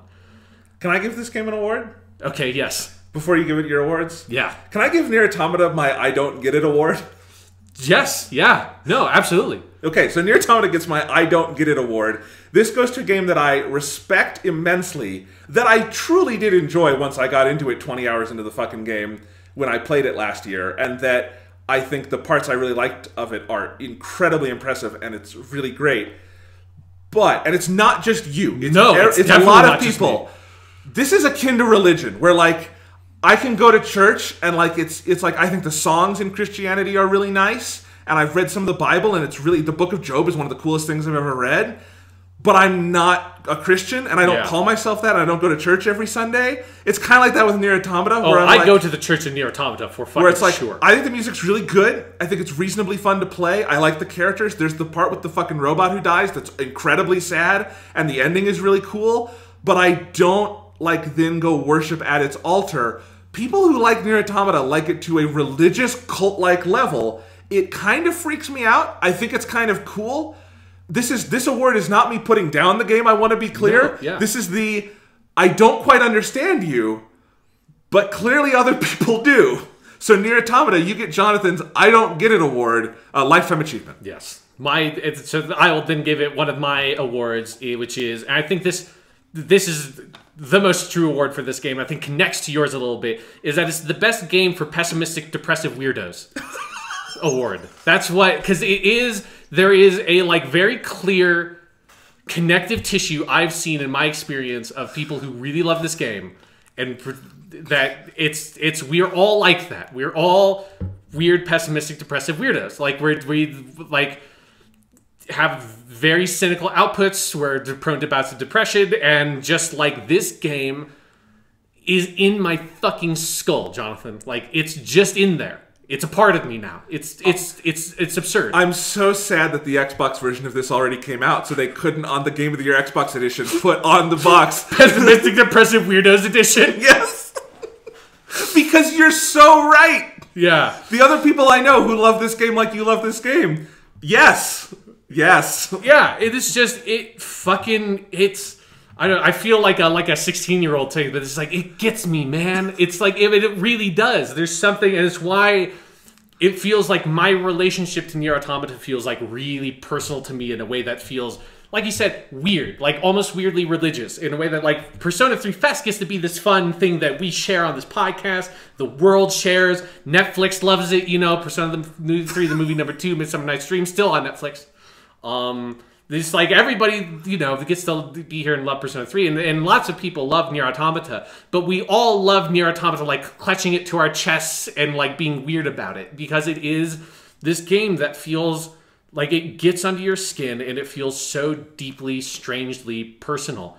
And I ranted and raved about this game a lot last year. We have at least one podcast of you doing it solo. We have one where we talk about it at length together, and we have the top 10 games of the year. So take your pick. There are, yes. If you want to hear Sean talk about Nier Automata, there's probably like 5 hours of material to cut together. Yeah, because there's also a couple of like smaller discussions while I was playing it in the early phases. Yes. But for me, it is like, it's, I mean, I recognize it and definitely like sympathize with the criticisms that you and other people have of the experience of playing the game and it like taking a long time for it to form for people. And for me, and again, it's like the same thing for like the people who really love it. And like the person that I'm most connected to with this is Alex Navarro at Giant Bomb, and listening to their podcast discussion, because he is very much, you know, a pessimistic, depressive weirdo like me, and like had this incredible, like carried this incredible torch for that game and that website. And it is like this very strange thing of where I think if you read his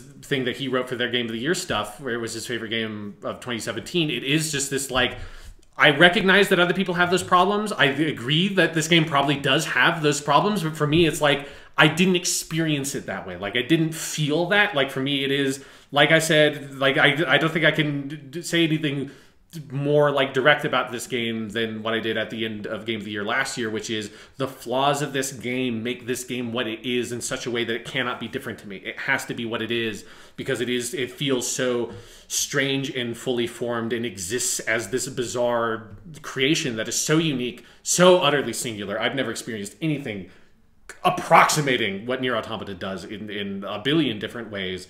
That like it's kind of like also with Persona 3, like it is a edgy, strange, raw, dangerous fucking game that feels like you talked about it feels like it's like put together with like sticks and glue or something. It's like that's fucking Nier Automata. It feels like a couple of dark wizards went down into a laboratory and did some spells and experiments and mixed some potions that they absolutely should not have mixed. Yeah. But we get to enjoy it. Yeah. They probably blew themselves up in the process. Oh, absolutely. There's some sort of blood sacrifice was involved in the creation of There's this a game. reason Yoko Taro wears that fucking mask. Exactly, yes. But yeah, Nier Automata is one of our, I also, you know, in preparation for this podcast, I opened up a document on my PC in our podcast file that just says Nier and Tragedy on it. That was my notes for when we talked about it. I think it was like, that was our like talking about it together podcast. It's just like, it just says like, crowd versus solitary, breaking the fourth wall is tradition in theater versus films, and how games are closer to live theater. The Hammer Tia, fucking just like the act of recognition. And then I just have a bunch of fucking Japanese text on here that I think is quotes from the Japanese version of the game and different quotes from the games. And it's like, you know, I usually don't take, I'm like, I as a person do not almost ever take notes. Like I live a notes-free life. That's just my personality. It's how I've always done things. It's like I have different ways of doing that than other people. I think people should generally take notes. It's just I've evolved in such a way that's like I've walked a different path. Not to say I'm better than taking notes. I've like my version of taking notes is taking 2-hour-long walks at night and listening to music and just like going insane in my head. But Nier Automata is one of those like if I let it all go insane in my head, it's too much for me, and I have to just like ramble on paper for a while. And so I have like 5 fucking pages of just like utter fucking rambling nonsense about Nier Automata. And it is, I guess, like for me with Nier Automata, it's a kind of a different thing than Persona 3, where Persona 3 is this, you know, and the other Persona games are these like deep explorations of this like one singular theme and has this incredible sense of focus. Whereas Nier Automata has, and this is, I have to again credit Giant Bomb this time, Jeff Gerstmann, with this, because he phrased this stuff in a way I really love. So I'm just going to read a section from Jeff Gerstmann's top 10 from 2017, where he says, I will say that when all is said and done, Nier Automata is a very touching game. It feels personal in a way that games published by large publishers usually don't. This is the line I love that just like kind of opened up something about this game for me when I read this. This was from after we talked about the game before. It feels like a nearly complete thought on the subject of humanity.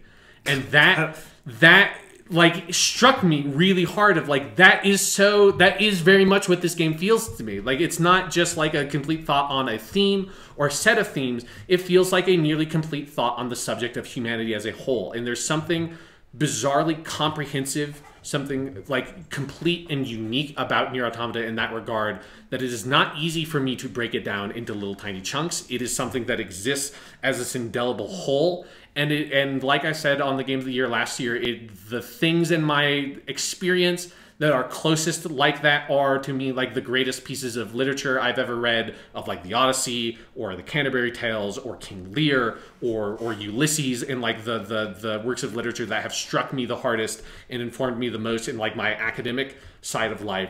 Nier Automata exists in my head in the same sphere and bubble as all those. It is so strangely, bizarrely, beautifully theatrical in nature, that in a way that then when I later learned that, you know, Yoko Taro wrote fucking stage plays in the Nier universe, it's like, yeah, that makes sense, because this comes from this strange tradition of theater and this communication between the player or the audience and the performers that should be so often like something we understand and experience in games, but I feel like is so generally obfuscated, feels very clear and direct to me in Nier Automata.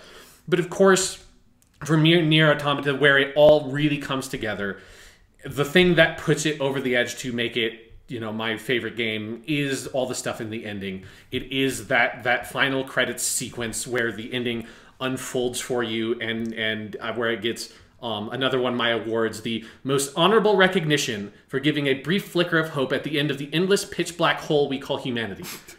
Because that's the thing about Nier Automata, is it is, I think, easily like the darkest, most cynical, pessimistic piece of media I've ever engaged with. This is a piece of media where it's not apocalyptic. It's not post-apocalyptic. It's not post-post-apocalyptic. It's not post-post-post. It's like we are tens of thousands of years since humanity has gone extinct. We're so far from humanity being a thing that has existed. They are this weird, like, religious force in the background of people, the androids that worship humanity, basically, and the robots being, you know, utterly, like, intellectually compelled by the idea of humanity. But humanity has been extinct for so fucking long, and that becomes very, like, clear in those final, like, that final act of the game of, like, no, like, straight up, humanity is dead. Any hope of humanity coming back is gone. Like, it's over. And I can't think of anything else that is that. Of just like, no, we're so past the game over screen on humanity, it's not even funny. Like humanity walked into its own destruction and was over, you know, basically like the fucking entire planet's lifetime ago, almost. The closest I could think is something like the original Planet of the Apes, but even then, a human is the main character, technically. Yes, no. And the apes are people in ape costumes. Yes, and there are no humans in Nier Automata. There is not a single human ever makes any appearance in Nier Automata at all. Obviously, the androids are very human-like in appearance and have different human-like qualities in their personalities, but they are not humans, and it's very clear that's like, humanity's fucking just gone.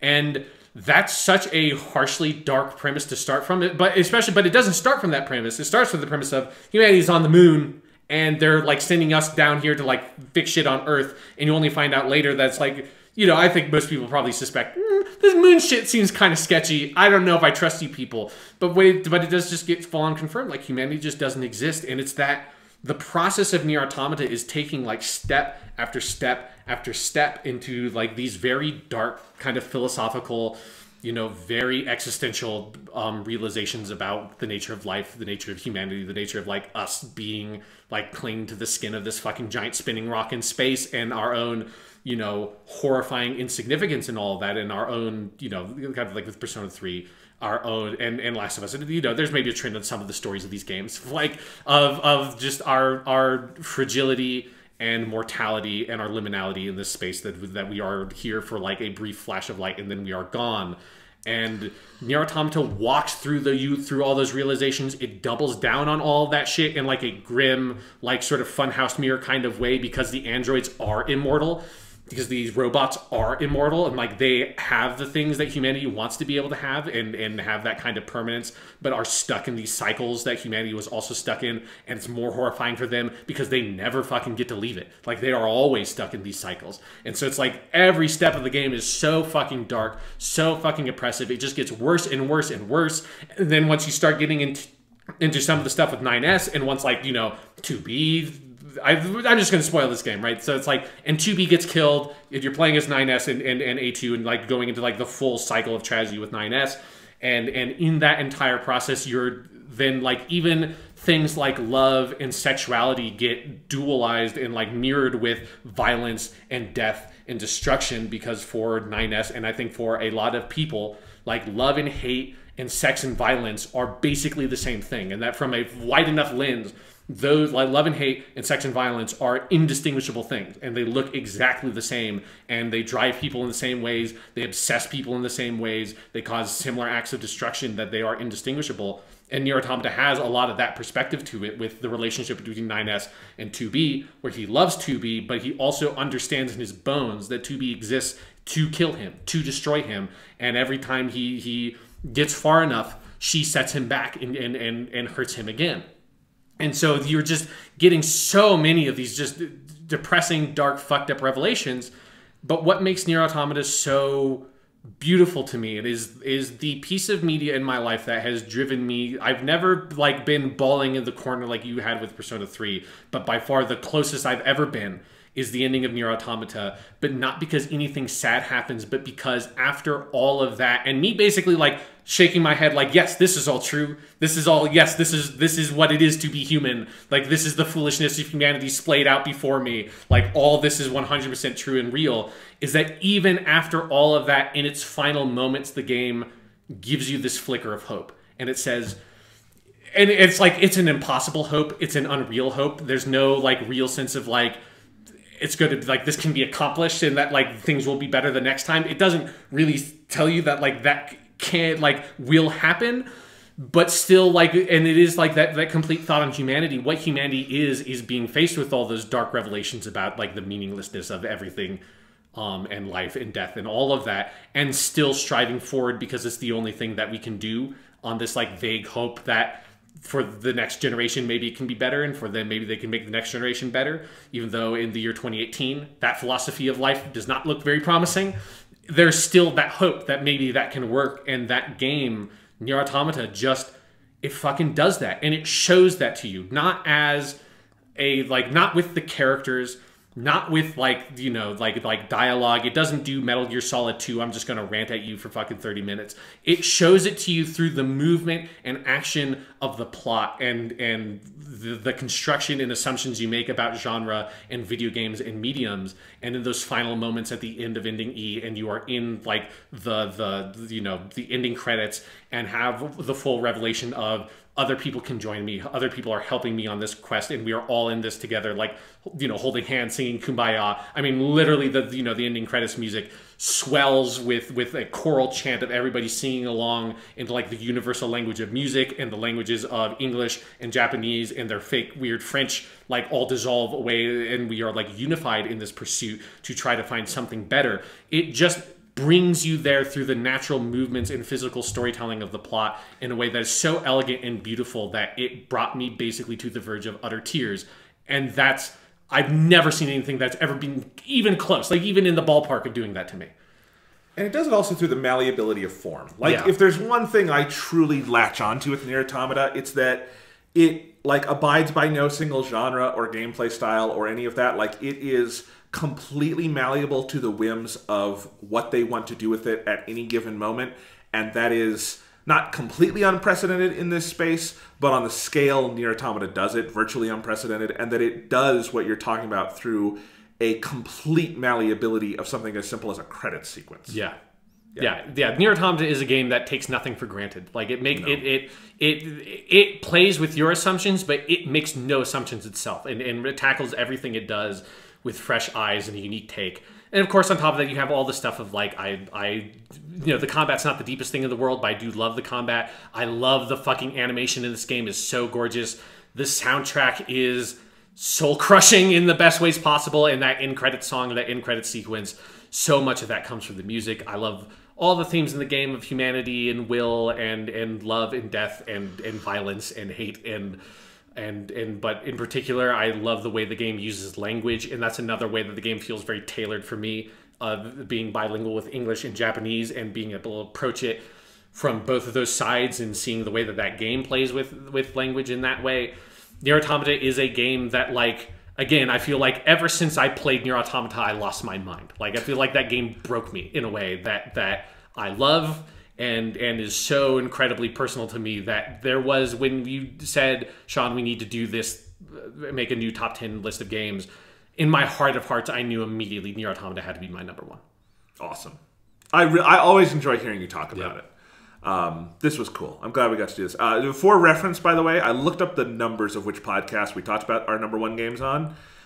In episode 199 is when you did your first, Jonathan, holy shit, I just finished this game. Yes. That one. That's one of my favorite experiences I've ever had with a video game, is just like that night finishing Nier Automata, driving all the way through. I regaled it all that podcast, or one of the podcasts, of just like, I got to that last ending by accident, didn't realize what I was getting into, and had to spend the next 5 hours buying the fucking soundtrack on Amazon and listening to it over and over again, just trying to process what the fuck I just did. Yes, so that was episode 199. In episode 203, we did our spoiler cast on it. It's not the whole episode because we were also talking about Twin Peaks and shit at the time. That was a hell of a year. But yes, that's 203. And then in 220 is our top 10 of 2017, where you talked about it at length there as well. For Persona 3, episode 60 is our main about the game. That's 3.5 hours of just the game. And then episodes 87, 107, 134, and 157 are our talks about the 4 Persona 3 movies, which are also, I have to say, part of the reason that solidified this as my favorite game, is that you can't make those movies out of something that is not superb. So that's all our Persona 3 talk, all our Nier Automata talks, so you should check those out if you want to hear more about these. Sean, to finish up, do you want to do a quick recap of our lists? Yes, let's do that. My number 10, Pokemon Crystal version. My number 10 is The Last of Us. My number 9 is Fire Emblem Awakening. My number 9 is Bloodborne. My number 8 is The Last of Us. My number 8 is Hitman 2016. My number 7 is Mass Effect Trilogy. My number 7 is World of Warcraft. My number 6 is Halo, Combat Evolved. My number 6 is Star Wars, Knights of the Old Republic. My number 5 is The Legend of Zelda, Breath of the Wild. My number 5 is Halo 3. My number 4 is Metroid Prime. My number 4 is The Legend of Zelda, Ocarina of Time. My number 3 is Super Smash Brothers. My number 3 is The Witcher 3 Wild Hunt. That would be so great if, like, you went into, like, the Witcher 3 equivalent of a Hooters, and there's a girl who goes, "Are you here on the Wild Hunt?" Yeah. All right. My number 2 is Super Mario 64. My number 2 is Persona 3 Fess. My number 1 is Persona 3 Fess. And my number 1 is Captain Crunch's Crunchling Adventure. I mean, Nier Automata. We only had 2 games shared across our lists. Yeah. More than 2 franchises, but only 2 games. Yeah. No, it's... All right. So, Sean, 250, now 251 episodes. It's been a journey. It's been an adventure. It's been fun. We'll have to figure out what we do for 300 in about a year. But top 300 stuff. We skipped 200 on that one. 300 things. All right. I found my top 100 stuff the other day when I was going through some computer files. Oh, nice. Yes. I remember your number 1 pretty vividly. Yes, me too. All right. So thank you guys. Feel free to tweet at us, comment at us. Want to hear about your favorite games as well. Which, you know, what you liked on our lists, what you want to yell at us about. You guys don't yell at us. It's okay. Any last thoughts, Sean? I like video games. We recorded a lot of podcasts just now. That's the best I can do.